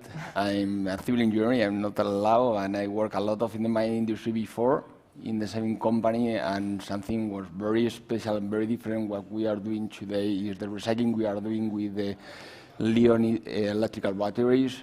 For example, we are recovering all 99% of the material we have inside of the EV batteries. This is something we are doing in France, in North America, in Germany, UK. And it's something very, very different than the others are doing, and very innovative. And this changed a lot of because we mix different cultural people, and I think linked with the passion Teresa mentioned, I think something we need to integrate in the organization to implement innovation is the culture, to share the culture with the people. For example, in other place, I come from a company who acquired Veolia years ago, Suez. In Suez, for example, we didn't focalize our efforts in terms of to implement either metallurgists' experience, technologies to recover the raw material we have in the EV batteries. And we come to Veolia and we see our competitors have a very strong position in terms of either metallurgical process, and we share these spaces with all the different cultures come from the company they acquired, and we internationalize our capability. And now today we are the big company who recycling more than 1,000 tons per year in terms of EV battery. And it's not only to recover the materials you have in the batteries, to incorporate the materials you get and to extract from the battery to the initial process for the car manufacturer. This is something changed a little bit from the water I speak before, but this is something we are doing and something very special and very linked with innovation. So you think about, like, if you really think about waste in any company, in any house, in any industry, there is so much opportunity to repurpose something, to recycle something, to reuse something. And there are so many models that are being developed around that. And if you think about the data around that, a lot of the conversations at South Summit are around technology and AI. You know, where can we use AI in our businesses to better inform us, to help us make smarter decisions? And, you know, in the food and agricultural industry, the work that we do, a lot of it is on soil, because soil really is a database, and it has water, and it has carbon, and it has nutrient density, and it has organic matter. And it also serves as a sponge, and it can literally draw carbon down from the atmosphere and hold it when soil is healthy. And I think one of the greatest assets of any country right now is healthy soil, because then it is producing food products that are healthy for the population, and it also is serving as a carbon sink. So it's holding and storing that carbon and storing and holding that water, which are such precious, valuable assets to all of us. And I would add to that that soil not only brings that, but for the industry, for our industry, brings another opportunity with the sustainable aviation fuels, because some of the technologies that are now being implemented and developed need waste from forests or waste from urban waste, and so it's critical for us to be able to manage that well, efficiently, in order to push that market forward, the market of SAF, and because it's key for the sustainability in environmental terms of our sector. So again, soil, resources, and collaboration towards a more sustainable aviation. Yeah, and I think, you know, just this example, I mean, traditionally companies have operated sort of within their industry, and they've stayed in these silos, and those silos are so dangerous, and they're missing this incredible opportunity for innovation and collaboration across industries. So it's like, you know, would anyone have thought that the airline industry would suddenly be talking about soil? I don't think so. You know, 5 years ago, I don't think anyone would have been talking it's so about new. It's so new, and so it's this amazing opportunity to work together. Javier, I think for you, you know, where do you see that same opportunity? Where do you see the greatest opportunity for collaboration and innovation? Well, I think the one opportunity is with my colleagues from Iberia to collaborate together to reuse soil, to implement in SAF or not, but we have different collaboration between in the water, in the waste, in the energy. In the water, the link we can develop between our public assets with industry to reuse, for example, what you are doing. I mentioned before, in terms of ways to recover the food waste, the organic waste, to implement biogas, biomethane solutions to recover energy and to try to be self-sufficiency. That is something we are doing in France with our landfills. we have a commitment to be self-sufficiency from energy in 5 years, to don't only use green energy to reuse in our landfills, or in other different aspects. I think the collaboration is now open for all the different operators, environmental operators. We are very open to collaborate between the industry and us, and there are collaboration for everyone, I think. Okay, so as we wind down our time here, I'd like to ask each of you, what advice would you give to someone who is sort of standing at the very front of a very brave decision in their career? What advice? Take it. Yeah. And then beyond that, what else would you say? Well, just don't look back, just go and take it. And if it doesn't work well, doesn't matter, you'll learn something. And then you can take the next step and take the next opportunity. I don't think, I mean, sometimes it takes some risk to do great things. Easy things are not risky. Mm-hmm. So I would say, take it. Yeah, yeah, me too. Don't think about the risk you can take if you are younger. We have a lot of younger people. I left Spain a lot of time ago to develop my background and my experience international. I didn't take any risk to do that. Only my thought I can share with the people is take it. Don't think about the risk you can take, and go ahead and implement actions to try to transform what we can do in the environmental market. Yeah, I would add to that too. I think we have our comfort zones. We have what's familiar. It's safe. And the magic does not happen there. All of the magic happens outside of our comfort zones. And if you think about fear, because I am sure you had a night where you were like, oh, what am I doing? What am I doing? And you've had moments where you're like, what am I doing? You know, you have these moments where it's just fear. And you think, what am I doing? And that can be like a seatbelt that just locks you in. And it keeps you strapped into that comfort zone. And so to recognize that that fear is part of that growth, and that fear actually is right beside you. It's part of change, and it's part of the growth. And once you can sort of honor it for the role that it plays, but not let it govern you, it's not a compass. It's not a compass. Fear is a terrible compass.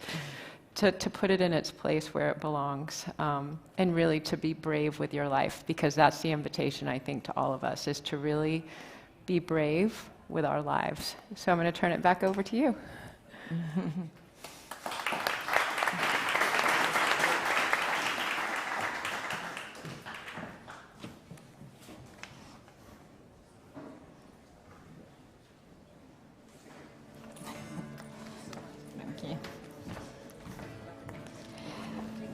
Thank you.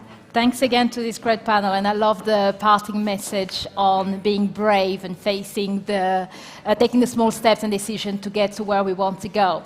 So continuing with our theme of today, 2030, and how do we build a greener economy, the next challenge or the next question that will be answered at this panel is, how can you promote sustainable manufacturing practices for greener economy? And the title of the session is Manufacturing a Greener Economy Through Robotics. So let's welcome to the stage Nicolas Zilberglad, CEO at Unmanned Life. Jonas Nivang, founder and CEO at Steelride. And Fabio Lancelotti, partner at Aster Capital. Thank you. So hello everyone. So I guess we'll try to warm up a little bit this panel, which is the last one, I guess, before the lunch break. I will ask first Nicolas to start with his quick elevator pitch as we talk about with two entrepreneurs here. Yes, hi everybody, and thank you, Fabio. So I'm Nicolas, I'm the CEO of Unmanned Life. So Unmanned Life, we are a UK company, and we are the software platform that orchestrates fleets of drones and robots, and we are deploying use cases in security for factories, inspections with robots, orchestrating robots inside factories.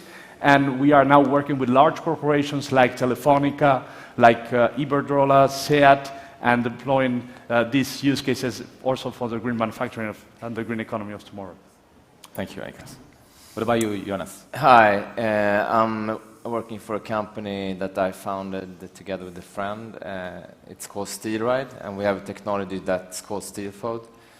It all started with a piece of paper, actually, and we got inspired by samurai swords, IKEA, and the ancient art of origami. And we thought, what better use to do this than to have robots folding green steel, you know, into curved shapes. So I can demonstrate what we do if you want to stand up, the audience. Yeah.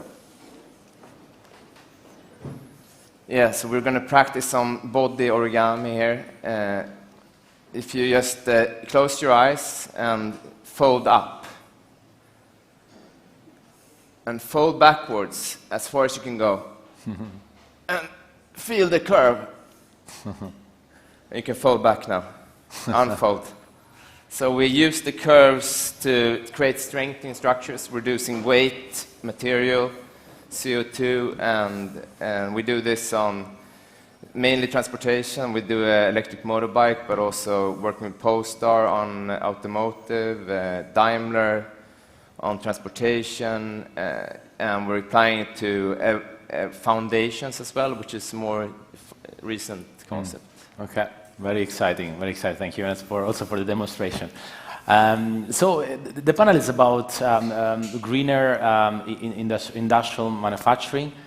I think if you look a little bit, you both coming from different European regions, if you look a little bit the different programs that several European countries are putting up to support reindustrialization, it's not surprising to see a lot of proclaims, budget to be identified, and other measures that will go, or things to go towards the idea of making Europe a greener manufacturing place in the future. So I guess, what is your view from your own specific ecosystem, and what is the impact that any of those measures you already see are making on your specific business case? Maybe I'll start from you, Jonas, this time. I think there is, especially in transportation and automotive, there is like a total transformation happening, mainly driven by the consumers, but also by the technologies available today. So electrification is driving this, new materials, and also this ambition to do a green transformation, because if you're not doing that, you'll be out of business in the 2030s, I guess, and at the same time, there's so much competitors coming into the market with new brands now from China and Asia, so there's a big worry in the mobility space in Europe right now. So, and what can we compete with, being more sustainable, I guess. Okay, so for you, the sustainability, the green aspect is really one of the ways Europe should differentiate from a global competition point of view. Yeah, I think so. I think being sustainable and climate neutral is the new gold. Okay. What about you, Nicholas? What is your view on this aspect? Well, what we see with all the corporate customers we are working with, there is a lot of transformation going on in the factories. For example, with the energy prices rising, all the electrification in factories now is going to solar panels, for example. And we see a lot of demand for new use cases using drones for inspections, and to use also new use cases with drones and robots for last mile delivery. And we see governments putting in money for incentivizing this transformation, and us being receiving these requests from these corporate partners. So this is how we see practically in the market this changing. And I guess if I follow a little bit the suggestion from Jonas about the idea of green as an element of differentiation, I see also that we can, here we talk about technology, it's the South Summit is clearly about technology. What do you think is the role of technology? Maybe you can speak a little bit more about what your specific company situation is, what do you think the role of technology is in this race towards a greener manufacturing in Europe? Maybe start from you, Nicholas. Well, the way I see technology is that we can help to automate certain processes where we can replace processes where before it was being used traditional vehicles. So we are working today with SEAT in Barcelona, where they were using normal cars to bring components from one supplier to the assembly line. Now we're doing this with drones and robots. This is purely electric. We are reducing time 5 times, right? So this is one concrete example. And this you have technology bringing edge computing, bringing orchestration with software, and the best connectivity. That's a concrete example of how you can reduce CO2 emissions. You get out the cars or trucks there. Another example is how you can bring the production to a much more precise on just in time, just when you need it. You are going from the big automation that you have, big chains, to a more autonomous, on-demand, autonomous mobile robots that are much more intelligent. You can control that with big computing systems that are more on the cloud or on the edge. And this is how technology has evolved. The commodities, the hardware is being commoditized, and this is how we see it directly in the market. Okay. What about you, Jonas, in your company? I think, I mean, like the combination of the technology and design is actually like the most exciting part, I think, because it's, if you don't use the design to design an application that people want, you know, then it's no point. And so, like the combination of different technologies, like we're working with software, geometry, CAD systems, enabling that to go to CAM systems, and enabling that to be folding patterns enabled by robotics. It's a range of technologies put together in a design and a digital value chain that is driven by design. I mean, to create the end product. So I think that's a great use case for us, at least, to, if we wouldn't have had the motorcycle, you know, as an application, we wouldn't have gotten, you know, the other applications, you know, the transportation, the posters, the enclosures for ABB, etc. So it's great to have a design application to drive the technology, because then you can work with that endlessly and end up with something great. And I would add, think about prototyping. Now with technology, and this type of, you were mentioning design. Now you can prototype with 3D printing much faster. And so that means that you can innovate, and innovation cycles go much faster. And when we are talking about deep tech and robotics, you are not talking about long innovation cycles. You can test, innovate much faster, and then you can progress in your, in your processes, test, fail, and start again until you get to your final product and to your innovation goals much faster for the green objectives that you're setting. I see the point, and actually you said a couple of times the word faster and faster cycle, and I wanted to elaborate a little bit on this because I've been investing in this space for 10 plus years, and one of the challenges of industrial technologies, being deep tech or IoT at the time, we were speaking a lot of industrial IoT, is scalability, because the problem is every time you try to bring some innovation into a factory, it's always kind of one-off job. Feels like always each factory has a specific element that in order to be replicated to the next factory, you have to design a little bit the system for the next one, a little bit different from the first one. Do you think we are progressing on this challenge in 2023? And what do you see happening in the next 5 to 6 years in terms of scalability for industrial technologies? Maybe Jonas first. I think, I mean, there will be different processes for different applications. So low to mid volume, you could have a much more flexible unit of manufacturing, folding different stuff, you know. and that's more free-form, flexible robotics station. But for the more like high volume, you probably need a more standardized tool that can help you to increase cycle time and unit economics and so on. So, but I think those feed each other. I mean, like in aerospace and defense, there is more demand for like flexible solutions, and flexible solutions can in the end be standardized to become, solely one-purpose machine. So I think and the combination of 3D printing, additive manufacturing, together with folding manufacturing, together with stamping and the traditional ways, it's a range of tools, to achieve something. So it's more, but the end would always be, what material can we use in this process, and how much less material can we use in the process to achieve the end result. So and how circular can we create this loop as well, So it's, I think we're coming there.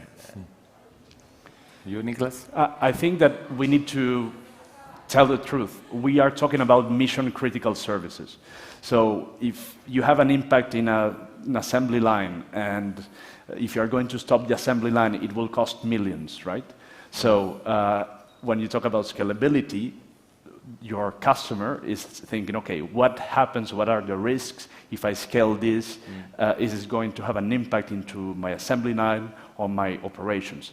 But then when they see that robots before, they used to cost 100,000 and now they cost 10,000, that deploying before was 18 months and now it is 3 months, that it was before a CapEx model, now it's an OpEx model. You see all these innovations happening bit by bit. It is much easier to adopt robotics, to change your processes and start little by little. And I think that if you have a software approach to deploy robotics, you can scale it in such a way. And what we do at ManLife, we have a software platform that is able to orchestrate different type of robotics use cases, and we have this scalability and interoperability at heart. And the network approach that we have is exactly thinking about the scalability on the mission-critical services. Yeah, very clear.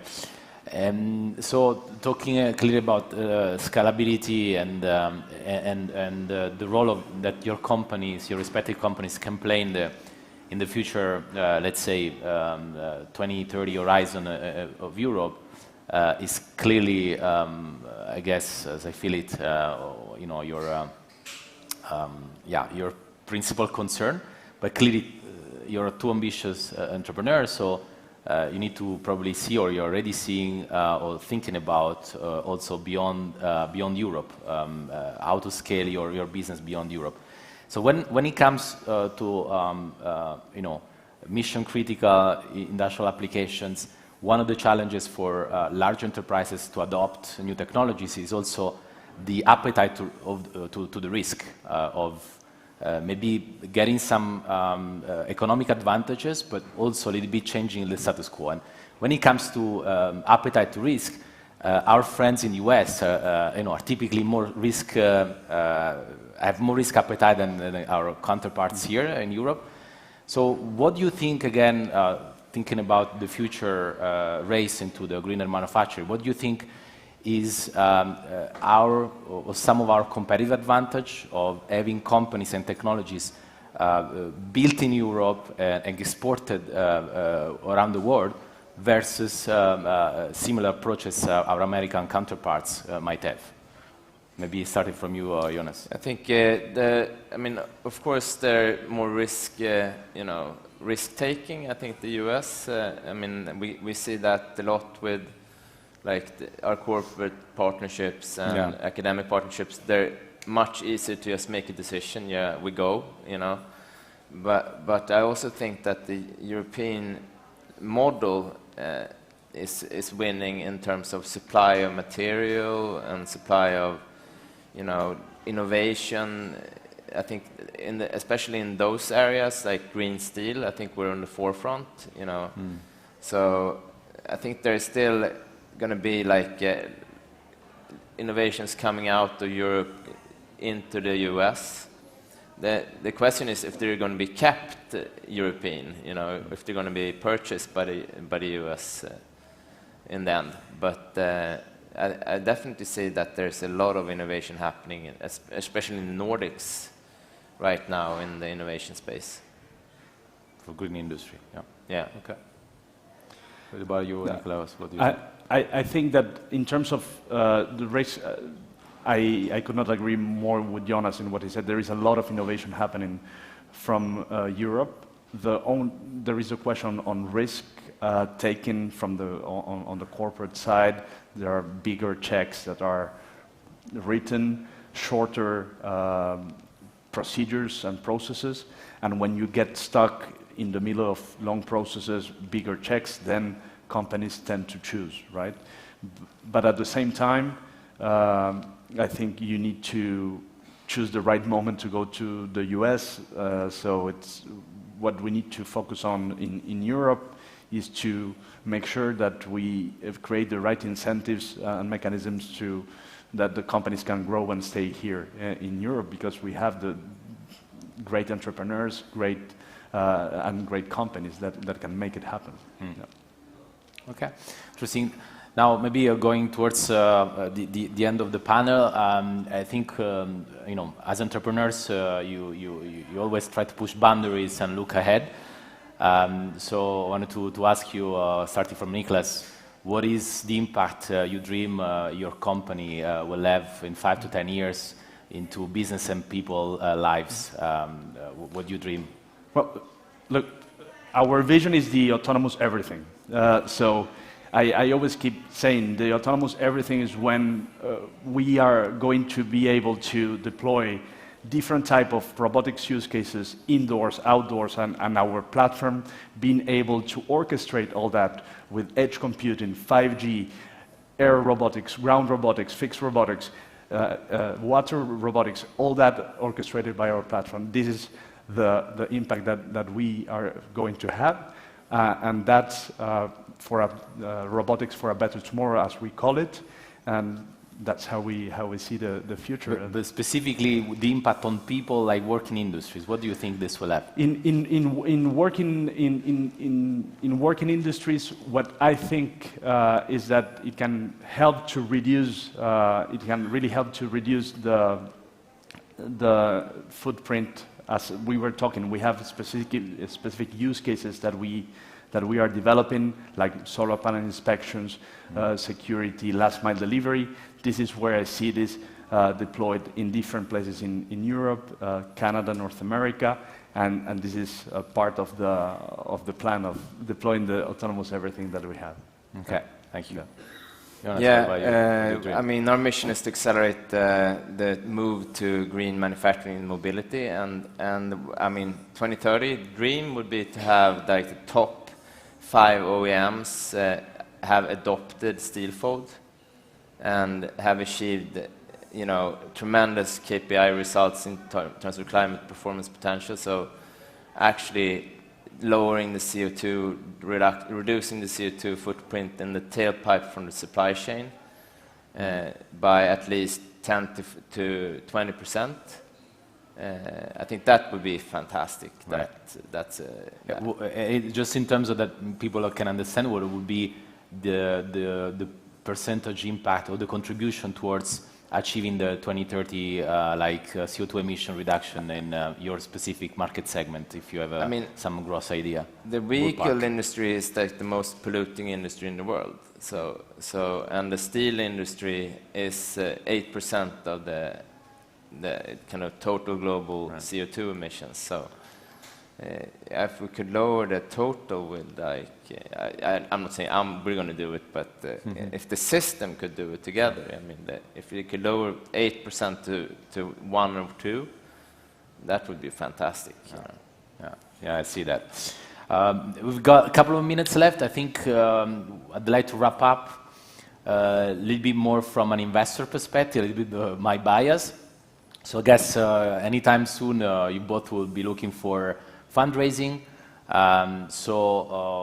You know, why investors should be interested in talking to you and possibly investing into your company? Maybe starting from Nicholas. Well, I think that it's an excellent moment to invest in deep tech because we are going to have an impact in the years to come. We are solving the problems and the challenges that the world has today, and we have developed a unique technology. We are having traction and momentum with incredible partners and customers, and now we are looking to take it to the next level, and we are at the right moment to explode and take our growth journey to that next step. Yeah. Do you know exactly how much money you want to raise next and when? Yes, so we are going to the market. We are launching our product in July. The first product, the U-Security product with Telefonica and Telus in Canada, and we are going to raise 5 to 7 million pounds for our Series A. Yeah, thank you. What about you, Johannes? Yeah, if you want to be part of changing how we make things in mobility and pioneer the green steel revolution, I think you should invest in us. But I mean, I think we're going to raise after summer. We haven't decided how much exactly yet, but yeah, quite a lot. Quite a lot. Okay, we'll be looking for it. Maybe just 20 seconds each. What you've learned this couple of days or one day for you, Nicholas, at South Summit? I think I learned a lot about deep tech and the kind of the position it's taken as a word in discussions here. I mean, no one spoke about deep tech. It was only SaaS a couple of years ago. But and also I had a fantastic session about IPR and patents. Interesting. And that was. And I think one of the most valuable quotes from there was like, I mean, patents are worthless really, but it's good for investors, you know. But try to build in complexity into your solution because, like Coke did, you know, no one has been able to copy the Coke formula, even though it's available everywhere, you know. So it's that complexity of the solution that you need to build in, you know. Interesting point. That was my main takeaway, I think. Well, on my side, it was my first time at South Summit, and I really enjoyed the quality of the panels, first of all. And as main outtake, as I said, deep tech a couple of years ago, it was not in the era of the times, and now everybody's talking about, and also climate tech and environment sustainability is very important, and we totally support that also from a corporate perspective as a company. So thank you very much for the opportunity to be here today, and I think we need to wrap up. Big applause. Thank you.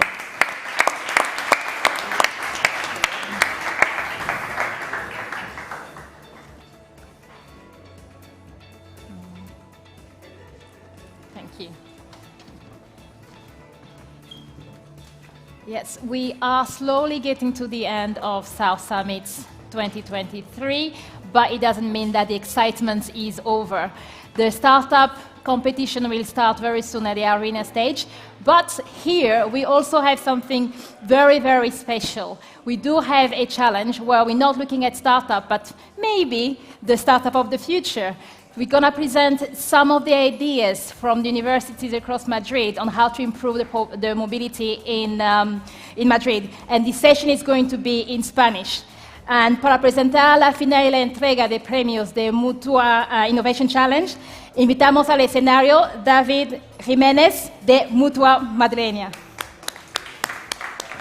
Muchas gracias. Bueno, pues buenas tardes a todos y bienvenidos a esta primera edición del Mutua Innovation Challenge. Me gustaría comenzar, en primer lugar, dando las gracias a mucha gente, pero bueno, sobre todo, dar las gracias a los que estáis aquí presentes, sobre todo en este maravilloso escenario, ¿no? que que nos ofrece el equipo de South Summit. Agradecer a todos los que estáis conectados en streaming porque creemos que va a ser esta sesión muy interesante para todos. Y, por supuesto, no me puedo olvidar de agradecer al excelente jurado que nos acompaña esta tarde, que está formado concretamente por Conrado Espí, que es subdirector general de movilidad, Alberto Izquierdo, que es director de Desarrollo Corporativo y de Mutua Ventures, y Elena García, que es directora de Talento y Cultura, los tres de Mutua Madrileña. Así que muchísimas gracias por vuestra presencia. Soy consciente de que el trabajo que tenéis por delante es complicado, así que mucha suerte y creemos que os va a gustar lo que vais a ver. Por otro lado, no me puedo olvidar de agradecer también al equipo de Personas, Talento y Cultura por todo el trabajo que ha estado haciendo para organizar esta edición. Y todos y cada uno. Podría empezar a decir nombres, pero bueno, yo creo que todos, por todas las horas que hemos pasado organizando esto, ya sabéis, pues bueno, toda la ilusión que hemos puesto en ello.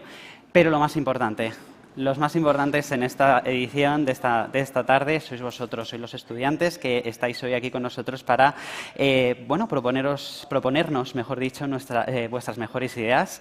Así que muchísimas gracias por el tiempo, por el esfuerzo, sobre todo porque son momentos y hay fechas muy complicadas para vosotros y habéis sido capaces de sacar tiempo para presentarlo. Pero bueno, primero de todo, supongo que os estaréis preguntando qué es Mutua Innovation Challenge, así que si me permitís vamos a comenzar explicando qué es esta iniciativa que creemos que es muy interesante.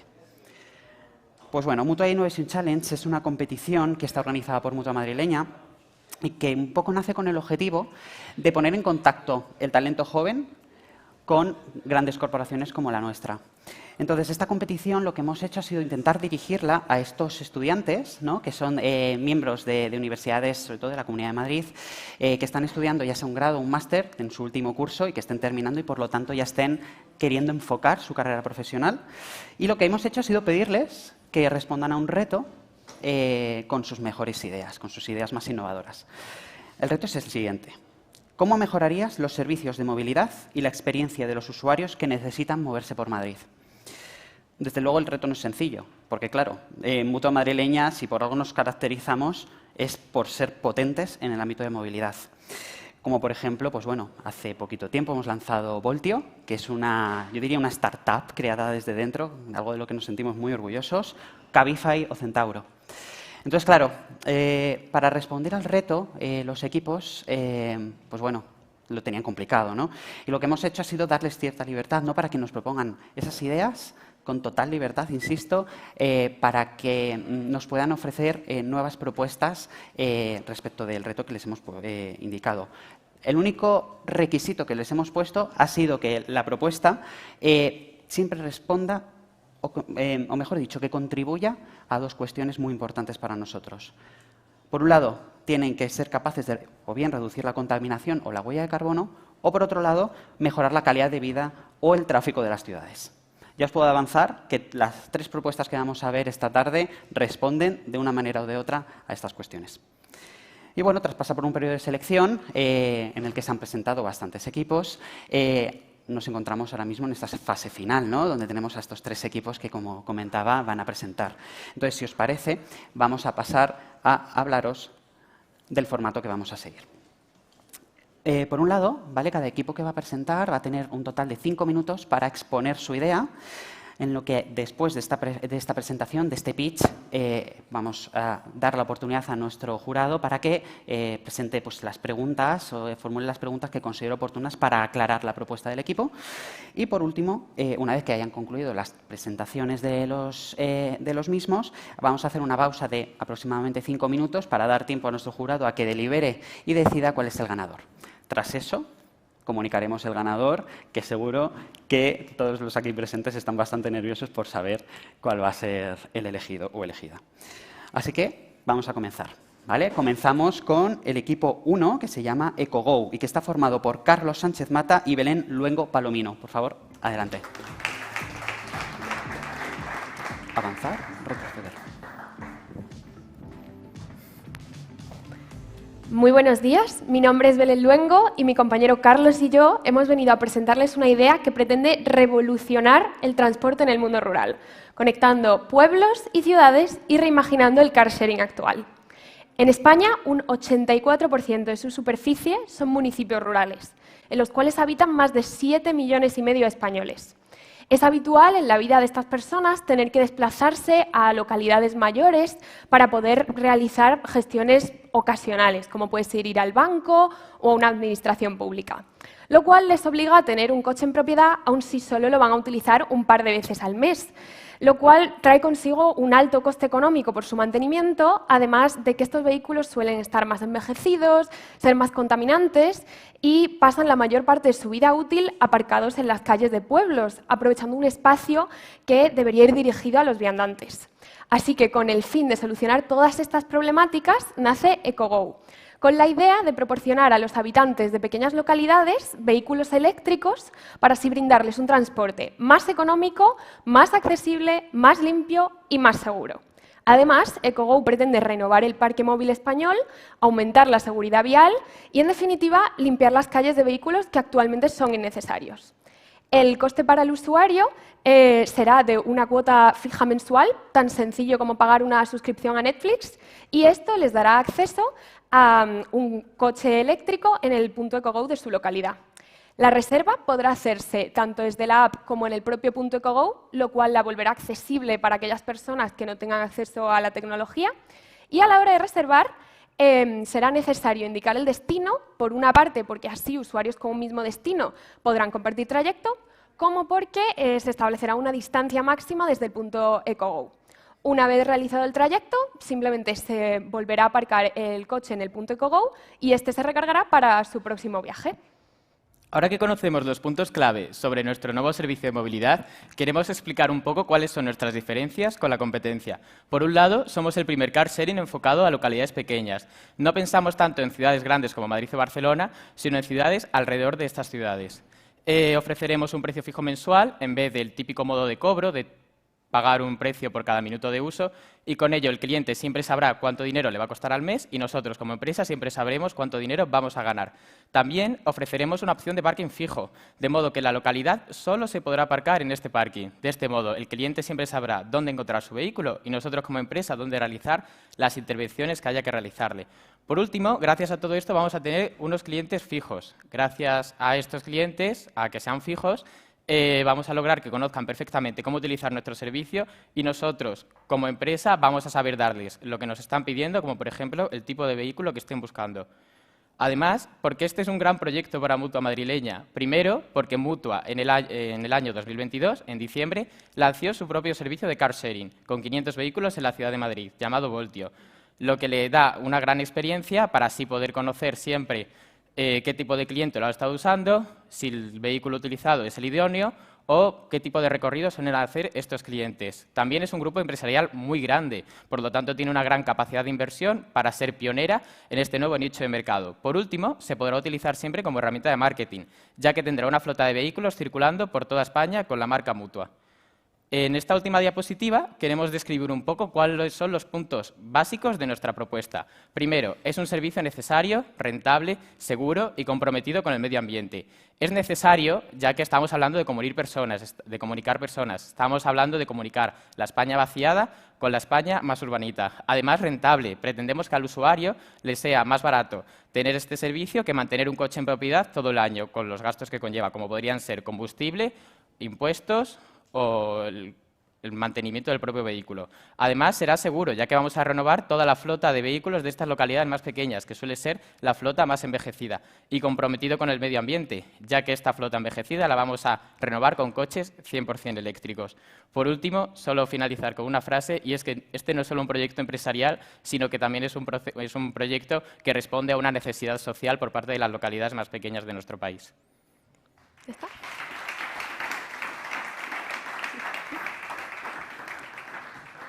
Ahora, el jurado, cuando quiera, puede hacer las preguntas que estime oportunas.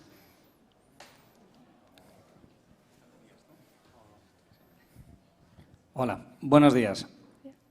¿Habéis pensado si hay un tamaño de pueblo? Habéis nombrado la función social, ¿no? A la vez estáis poniendo que esto es un producto rentable. ¿Habéis pensado si hay un tamaño de pueblo mínimo que se necesita para hacer viable vuestra idea? Pues estamos buscando sobre todo un tipo de pueblo que esté cercano a una localidad un poco más grande y no necesariamente una ciudad. En Madrid, por ejemplo, tenemos el ejemplo Collado Villalba, Collado Mediano. Collado Villalba tiene todos los servicios necesarios, Collado Mediano es un pequeño pueblo que está cerca, sin embargo, la comunicación entre estos dos no es muy buena. Entonces, buscamos sobre todo pueblos de este tipo. Gracias. Oye, enhorabuena, que me ha encantado cómo lo habéis, con qué fuerza lo habéis presentado. ¿Habéis pensado también qué cantidad de usuarios, de usos, necesitaría cada coche? Por ejemplo, en el ejemplo este que comentáis entre Collado Villalba y Collado Mediano, un coche, un Voltio como el que hay ahí, ¿cuántas personas creéis que lo tendrían que utilizar entre una ciudad y otra para que esto tenga sentido? ¿No? ¿Cuántos coches? No sé. No es tanto el número de usos, ya que nuestra idea es cobrar una cuota fija, entonces el coche siempre va a ser rentable según los usuarios estén pagando esta cuota. Al final, para rentabilizar el proyecto hemos pensado en el modelo de una empresa de leasing. Lo que hace la empresa de leasing es alquilar el coche al usuario y con eso está obteniendo dinero para pagar el coche, los mantenimientos del mismo y además tener beneficios. Lo único que en vez de tener solo un usuario para un coche, vamos a tener un grupo de usuarios. Claro, sí, justo ahí va la pregunta, ¿eh? La gracia de esto es que el leasing o el renting, en vez de pagarlo tú solo, pues lo pagan entre varias personas, ¿no? De Collado Villalba o Collado Mediano, que hacen uso de ese coche entre todos porque sobra tiempo y lo tienen parado mucho tiempo, ¿no? Entonces, ¿cuántas personas creéis que hacen falta pagando para cada coche? ¿3? ¿50? No sé, ¿habéis pensado un poco en esto? Al final, los primeros meses en los que empiece la iniciativa van a ser unos meses de prueba. Como hemos dicho, empezaremos en pequeñas localidades y se irá expandiendo el producto. Entonces, eso nos servirá al tener esos usuarios fijos para ir viendo el número de coches que realmente necesitamos. Al final, esto es un experimento y se irá desarrollando en base al conocimiento que ya tiene Mutua gracias a Voltio. Claro, pues muchas gracias. Enhorabuena y bueno, pues la verdad es que vuestro proyecto me ha encantado desde un punto de vista sostenible y de imagen de marca para Mutua. Pues creo que bueno, pues tiene muchas posibilidades. Me gustaría entender desde un punto de vista de operaciones cómo habéis pensado, ¿no?, que siempre haya ese coche eco en la localidad de Collado Mediano, ¿no? Como habéis explicado, yo tengo que hacer un recado en el ayuntamiento, reservo el coche, llego a Collado Villalba y después os he entendido como que el coche, alguien, ¿no?, de operaciones, entiendo, de Mutua, llevaría el coche de nuevo a EcoGo. Yo lo reservo por 1 hora, hora y media. Ahí no me ha quedado claro cuál es vuestra idea. Realmente la idea es que el propio usuario de Collado Mediano podrá avisar en la app, oye, pues el lunes necesito hacer esta gestión, si desea compartir trayecto podrá hacer público su destino, irá a Collado Villalba y en teoría estará reservado para todo el servicio. O sea, se sabrá que esta mañana va a estar fuera y luego deberá devolver el vehículo al punto EcoGo de Collado Mediano para que esté allí recargado. O sea, en principio será el propio usuario el que haya avisado con antelación del propio viaje para que se puedan organizar el resto de usuarios de la localidad, pero será el propio usuario el que lo tenga que devolver al punto. Y en Collado Villalba también tendréis reservado un punto EcoGo. Sí. ¿O podría aparcar en cualquier lugar? Podría aparcar en cualquier lugar en este caso. En el caso de que a lo mejor el usuario ve que no tiene carga suficiente el vehículo o cualquier tipo, pues sí que podría ir al punto EcoGo de la otra localidad y recargar ahí el vehículo. Muy bien, gracias. Muchas gracias. Pues muchísimas gracias, chicos. Muchas gracias. Muy bien, hecho. Gracias. Gracias. Bueno, pues una vez escuchada esta idea, vamos a dar paso al grupo número 2, que se llama Voltio Experience y está formado por Eva Piegia González. Adelante. Suerte. Avanzar, retroceder. Avanzar, de acuerdo. Buenos días, mi nombre es Eva Piega y estoy aquí para proponerles una idea que revolucionará la industria del car sharing en España. En el competitivo mercado de car sharing en Madrid, Voltio se enfrenta a una gran competencia de de empresas ya establecidas en el sector. Mientras que cada una de estas empresas tiene sus propias ventajas competitivas, en general es una industria enfocada hacia la movilidad sostenible. Voltio destaca por su amplia flota de vehículos completamente eléctricos. Sin embargo, ¿es esto suficiente para competir exitosamente en el sector? Mi propuesta persigue transformar completamente la experiencia de usuario a través de la implementación de una estrategia de gamificación integrada en la aplicación de Voltio. Y se preguntarán, ¿qué es la gamificación? La gamificación es el uso de elementos y técnicas propias de los juegos en contextos no lúdicos para motivar e incentivar la participación del usuario. En el contexto de Voltio, la gamificación se traduce en competiciones mensuales, buscando objetivos a corto plazo, y niveles de usuario buscando objetivos a largo plazo. La competición mensual estará basada en acumular la mayor cantidad de puntos posibles. Se implementará una tabla de clasificación en la que el usuario podrá ver su posición en tiempo real y además compararse con otros participantes. Una vez finalizada la competición, se establecerá un ganador y el premio será crédito canjeable en la aplicación de Voltio al mes siguiente. Una vez terminada la competición, se iniciará otra vez el ranking con la puntuación y los usuarios en el ranking completamente a cero. Sin embargo, a nivel individual, el usuario puede acumular estos puntos para ir desbloqueando niveles y así desbloquear diferentes ventajas, como podrían ser los descuentos en tarifas de alquiler, tiempo extra de preparación y, además, prioridad frente a otros usuarios. Cabe destacar que los usuarios mutualistas disfrutarían de sus beneficios actuales más los beneficios extra de nivel. Y se estarán preguntando, ¿cómo puede el usuario conseguir estos puntos? Bien, a través del proceso de registro, como recompensa de bienvenida, a través del alquiler de vehículos. Dependiendo de la duración del alquiler, el usuario recibirá una cierta cantidad de puntos y esto estará establecido de esta manera para incentivar alquileres más prolongados.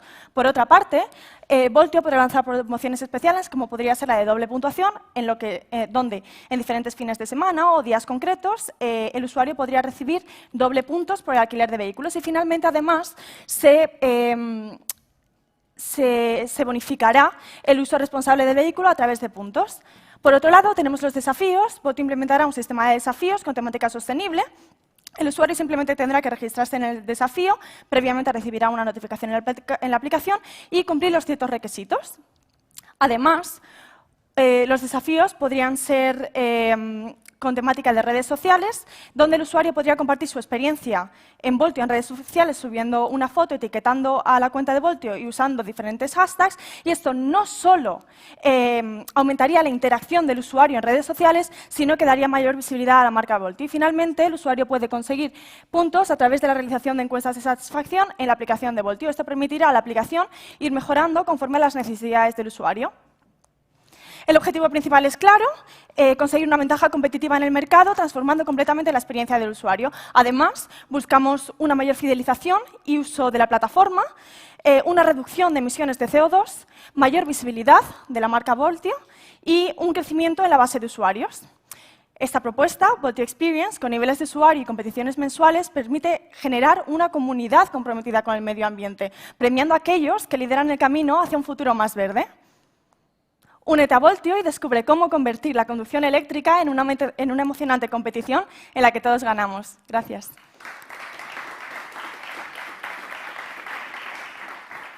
Wow, Eva, muy bien. Pues de nuevo, jurado, si tenéis alguna pregunta. Hola. Una pregunta, Eva. Has hablado de diversas estrategias para dar puntos, etcétera, y supongo que eso tiene un ámbito de aplicación brutal según te vayas inventando, entre comillas, ¿no? los diferentes juegos. Pero, ¿has pensado en lo complejo que sería meter una estrategia de tipificación de los clientes y que los juegos fueran diferentes en función de edades, de tipo de uso, etcétera? Realmente no se está... Bueno, vuelvo para atrás. No se está implementando una estrategia de juegos. Estos desafíos, por ejemplo, hablo en concreto de los desafíos. Un desafío podría ser conduce y ahorra energía, donde el usuario será notificado a través de la aplicación, decidirá o no registrarse. El objetivo de esto es que el usuario gane puntos.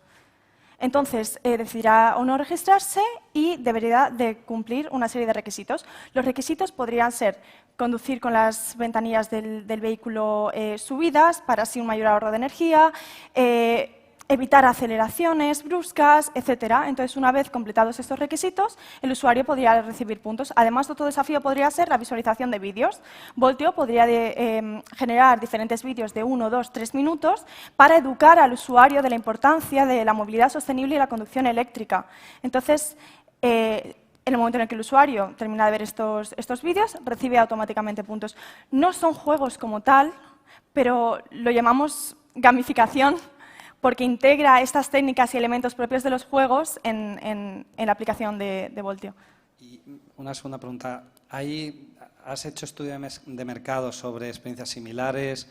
¿Qué tipo de inspiración has tenido en otro tipo de jugadores de movilidad, que no sea car sharing, que sea car hailing, etcétera? ¿Has visto esto en algún sitio? De acuerdo. Cuéntame un poco más. No lo he visto específicamente en la industria del car sharing y de la movilidad. Sin embargo, cada vez las empresas están implementando estas estrategias porque realmente juegan un poco con la mente del consumidor.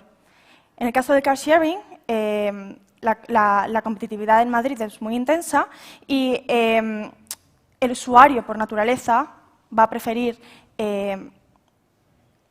dirigirse a una aplicación que le dé algún tipo de beneficio, en este caso son puntuaciones, puntos e ir subiendo de niveles de usuario, que una aplicación que realmente su experiencia termina cuando se baja del coche.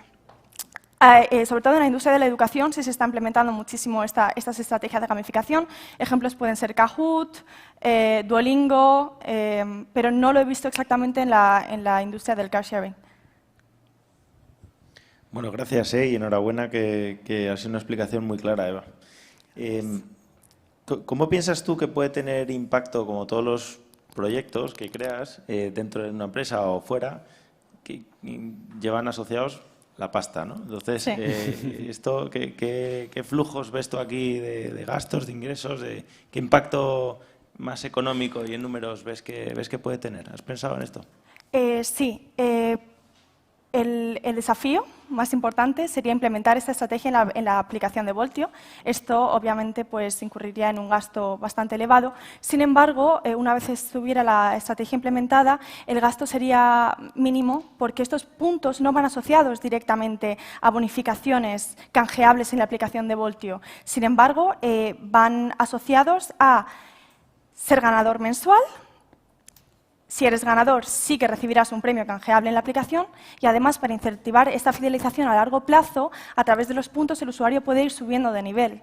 Entonces realmente los puntos no están asociados directamente con crédito que el usuario puede usar. Es simplemente una manera de hacer creer al usuario que está ganando algo cuando realmente pues, no es así directamente. Vale, pues muchas gracias. Eva, enhorabuena y muchísimas gracias pues por hacernos este planteamiento tan interesante para el Grupo Mutua. Yo entiendo que tú no tienes datos de, demográficos, ¿no? de los usuarios de Voltio, pero ¿te has planteado esta propuesta para qué edades, ¿no? para qué rango de edades sería interesante y sería más atractiva? Y si esto pudiera tener algún impacto en el grado de siniestrabilidad de los vehículos. De acuerdo. Sí que es verdad que esta estrategia de gamificación estaría más enfocada en un público más joven, a lo mejor de los 18 a los 40 años.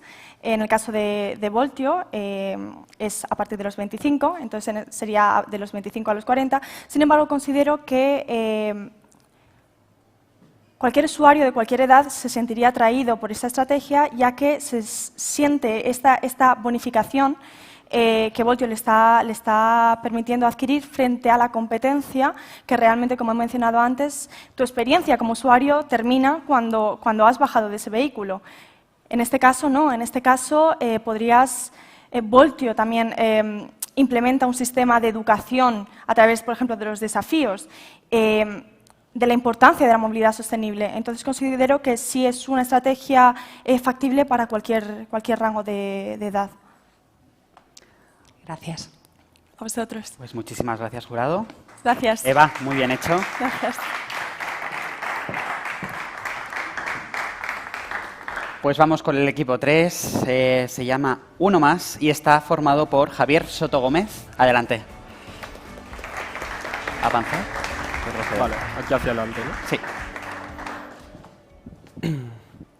Buenos días a todos. En primer lugar, me gustaría comenzar planteando dos cuestiones que yo me planteé a la hora de pensar mi idea de innovación. Era cómo podía diferenciar la estrategia de movilidad de Mutua Madrileña frente a sus competidores y si realmente el servicio de car sharing es óptimo en la movilidad sostenible. Soy Javier Soto, graduado en Publicidad, Relaciones Públicas y Marketing, y hoy os vengo a presentar mi idea de innovación Uno Más. Os estaréis preguntando qué es Uno Más. Uno Más es un servicio integrado dentro de la aplicación de Voltio que permite la posibilidad de planificar y coordinar viajes compartidos entre usuarios de Voltio con un destino similar o un mismo destino. Tras una investigación en el mercado, pude observar que no existe ninguna empresa de car sharing que realice este servicio.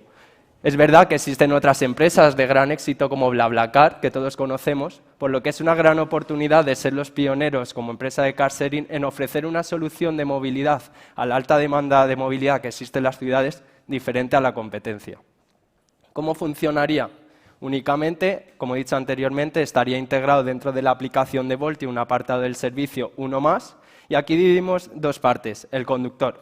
El conductor únicamente debería de realizar 3 pasos: indicar su ubicación actual, su ubicación de destino y hora de preferencia de salida. Por el otro lado tenemos el nuevo usuario, el pasajero. El pasajero únicamente debería de realizar 2 puntos: indicar su ubicación de destino y hora de preferencia. Automáticamente la aplicación con esos datos se encargaría de enlazar al conductor y al pasajero, y mediante un chat podrían dialogar. ¿Qué buscamos con el chat? Crear una comunidad Voltio y vínculos de movilidad, cosa que es muy importante para crear fidelización. Y no obstante, los viajes pueden ser planificados para el tiempo mismo o para otro momento del día o de la semana. Yo me he querido centrar en una posible amenaza interna que puede ser la preocupación de algunos usuarios por este servicio, ¿no? Al ir en el coche con otra persona que no conoces. Es verdad que está respaldada por Mutua Madrileña, lo que es un punto muy a favor, pero yo propongo 3 formas. La primera podría ser verificando los antecedentes y licencias del conductor e ir mensualmente viendo si están cumpliendo las normas.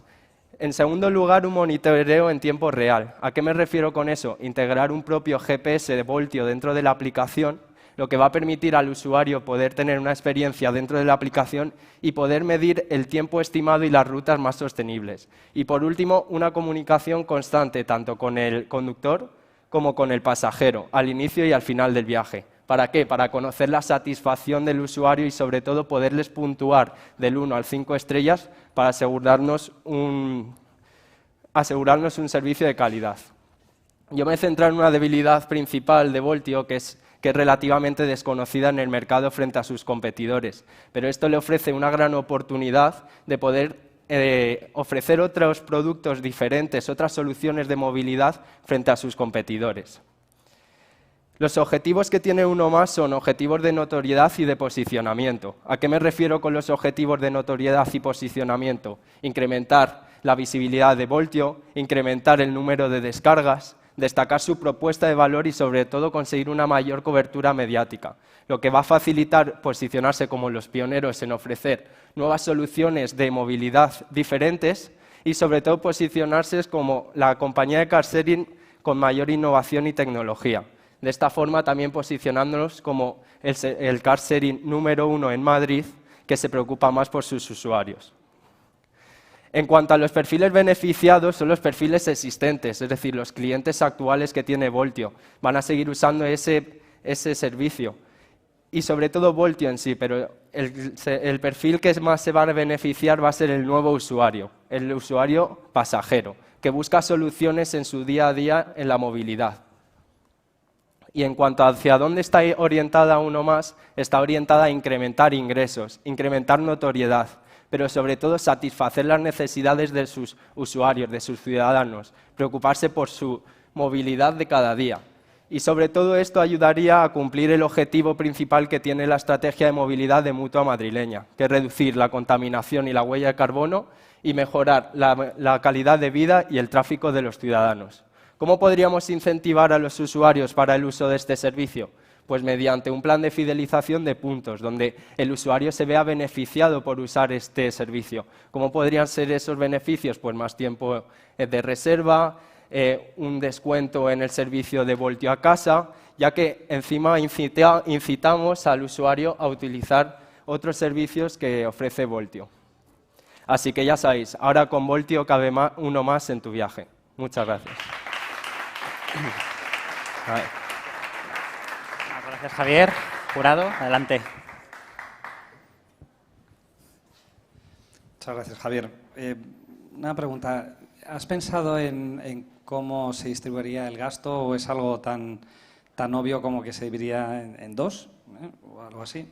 Y sí que me gustaría que profundizaras un poquito más en, aunque has visto que le has dedicado tiempo a pensar, cómo funcionaría el sistema de valoración realmente de los usuarios, ¿no? Y de cómo no es lo mismo quedar con un amigo y que quepa uno más a quedar con un desconocido. Estas son problemáticas muy parecidas a las que ha tenido BlaBlaCar, pero ¿cómo nos diferenciaríamos? ¿O consideras que con una valoración parecida a la que tiene BlaBlaCar sería razonable y podría funcionar?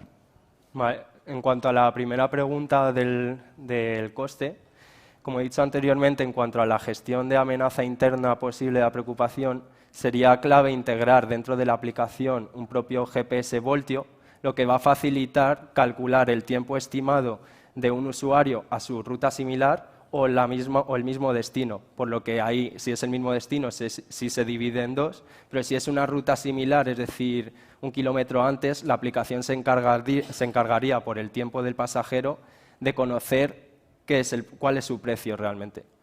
Y en cuanto a la segunda, lo de la puntuación, conocer la satisfacción del usuario y puntuarlo va a mejorar a la hora de conectar el pasajero y el conductor. Es decir, si tú tienes 5 estrellas, no te va a tocar un pasajero que no ha sido responsable quizás. Entonces, dentro de lo que cabe, te estás asegurando de que Mutua se está preocupando por eso y dentro de lo que hay una confianza.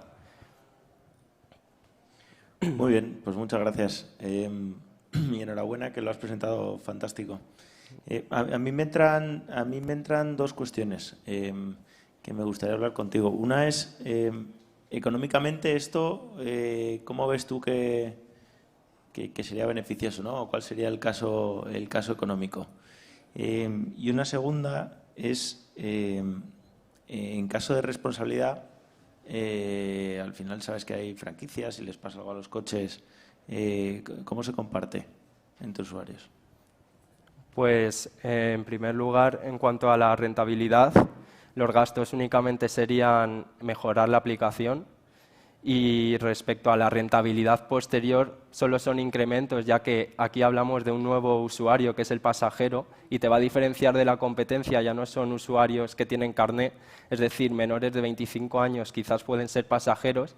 Y esto, sobre todo, tiene un enfoque también fidelización. A lo mejor yo ahora no tengo carné, pero soy pasajero y el día de mañana, cuando tenga carné y quiera confiar en una compañía de car sharing, quizás gracias a mi experiencia como pasajero voy a ser conductor de Voltio. Y la segunda pregunta, perdón, ¿cuál era? La segunda pregunta, yo es que creo que me has respondido a las dos. Vale, con todas gracias. estas. Perdona. No hay más preguntas. Ninguna pregunta. Muchísimas gracias, Javier. Gracias. Pues, gracias, Javier. Muy bien.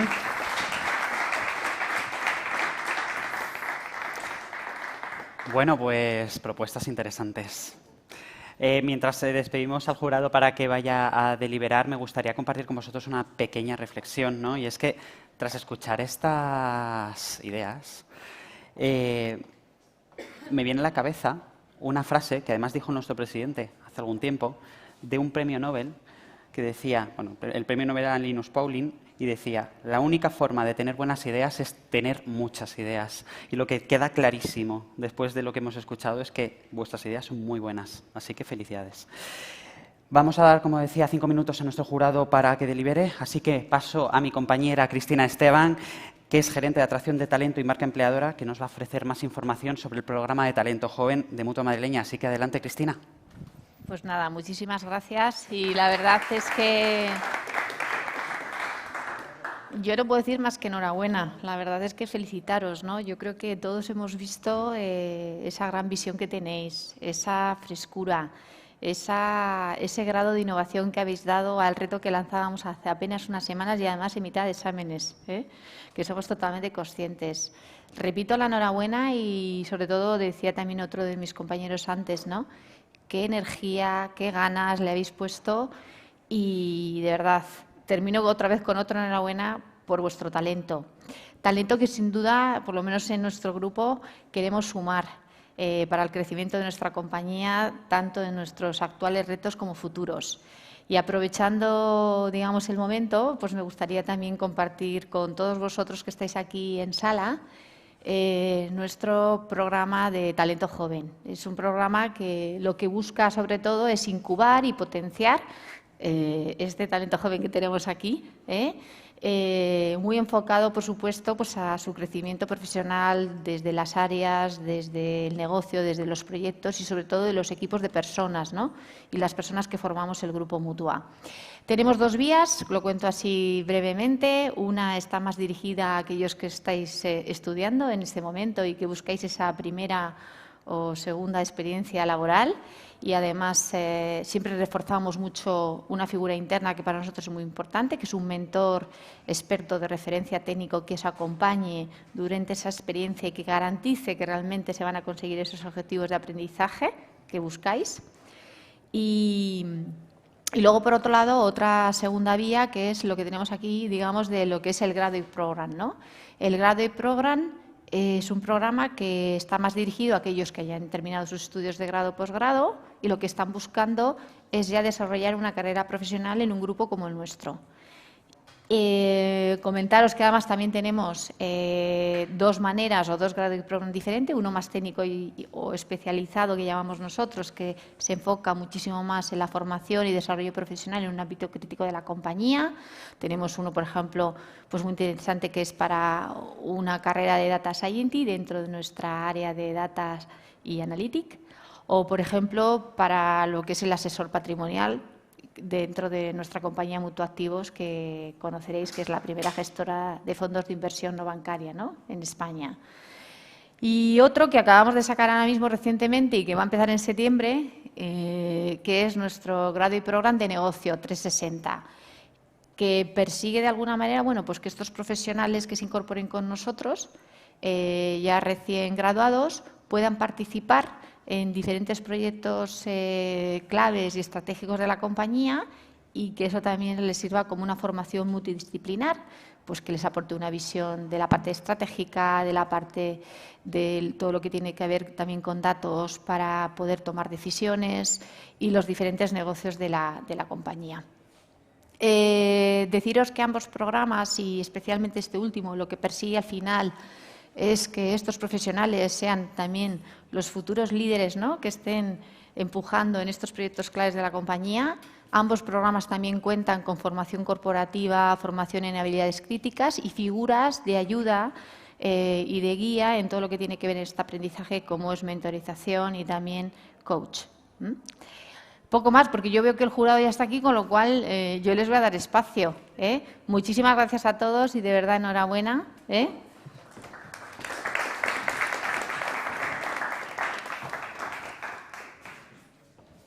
Madre mía, ahora veo lo difícil que es presentar, aquí, con el foco dándote en la cara y la verdad, voy a empezar por una reflexión que hemos tenido los tres y es que sois brutales. Sois 4 personas que habéis cogido vuestro tiempo libre, os habéis puesto a pensar, habéis sido capaces de poner esto en un nivel absolutamente espectacular. Yo sería incapaz cuando salí de la carrera de hacer esto. También me lo ha dicho que él habría sido incapaz. Incluso. Pero la verdad es que os agradecemos de corazón lo que habéis hecho, porque cada una de las 3 ideas, y yo además como responsable del área, me las llevo a casa para realmente ver cómo ponerlo en práctica. Pero bueno, vamos a por el Oscar, ¿vale? Y además, quiero daros la más sincera enhorabuena porque todo lo que habéis hecho y cómo lo habéis hecho ha tenido impacto en los tres, ¿eh? ¿Vale? No quería dejar de deciroslo. Bueno, terceros va a ser EcoGo. Bravo. Fantástica propuesta. Subid, por favor. Subid, ¿Os por hacéis favor. una foto junto con el jurado? Muchas gracias. ¿Cómo ponemos? ¿Cómo no? Ay, no puedo ni aplaudir.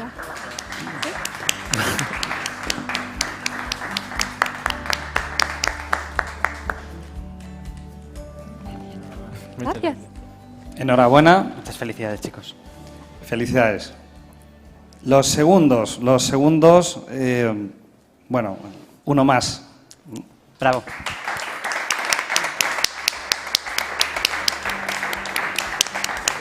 Enhorabuena, Javier. Enhorabuena, chicos.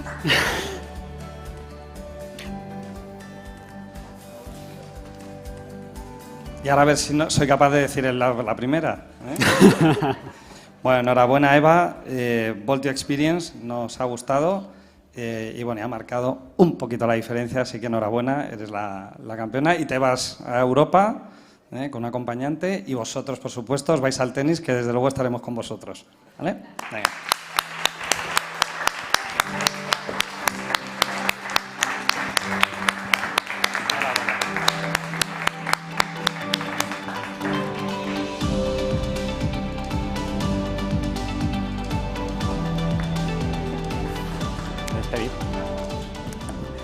Bueno, pues muchísimas gracias a todos los participantes.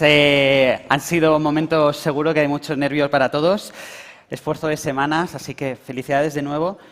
Gracias al jurado por acompañarnos esta tarde y ya solo queda deciros que nos vemos el año que viene. Muchas gracias, chicos.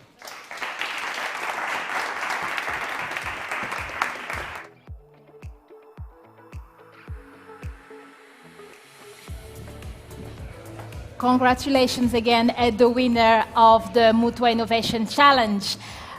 We are at the end of South Summit 2023. It's been such an incredible experience, and we've looked at where we will be in 2030 and how, using technologies, we can actually get there. So before we end, just to say thank you to our global partners. They are Endesa, Toptal, Sabadell, Mutua Madilenia, Wera, BBVA, and Google for startups. And of course, for those who want to continue the conversation, we will be at Plaza de España tonight. So thanks again, South Summit. See you again next year.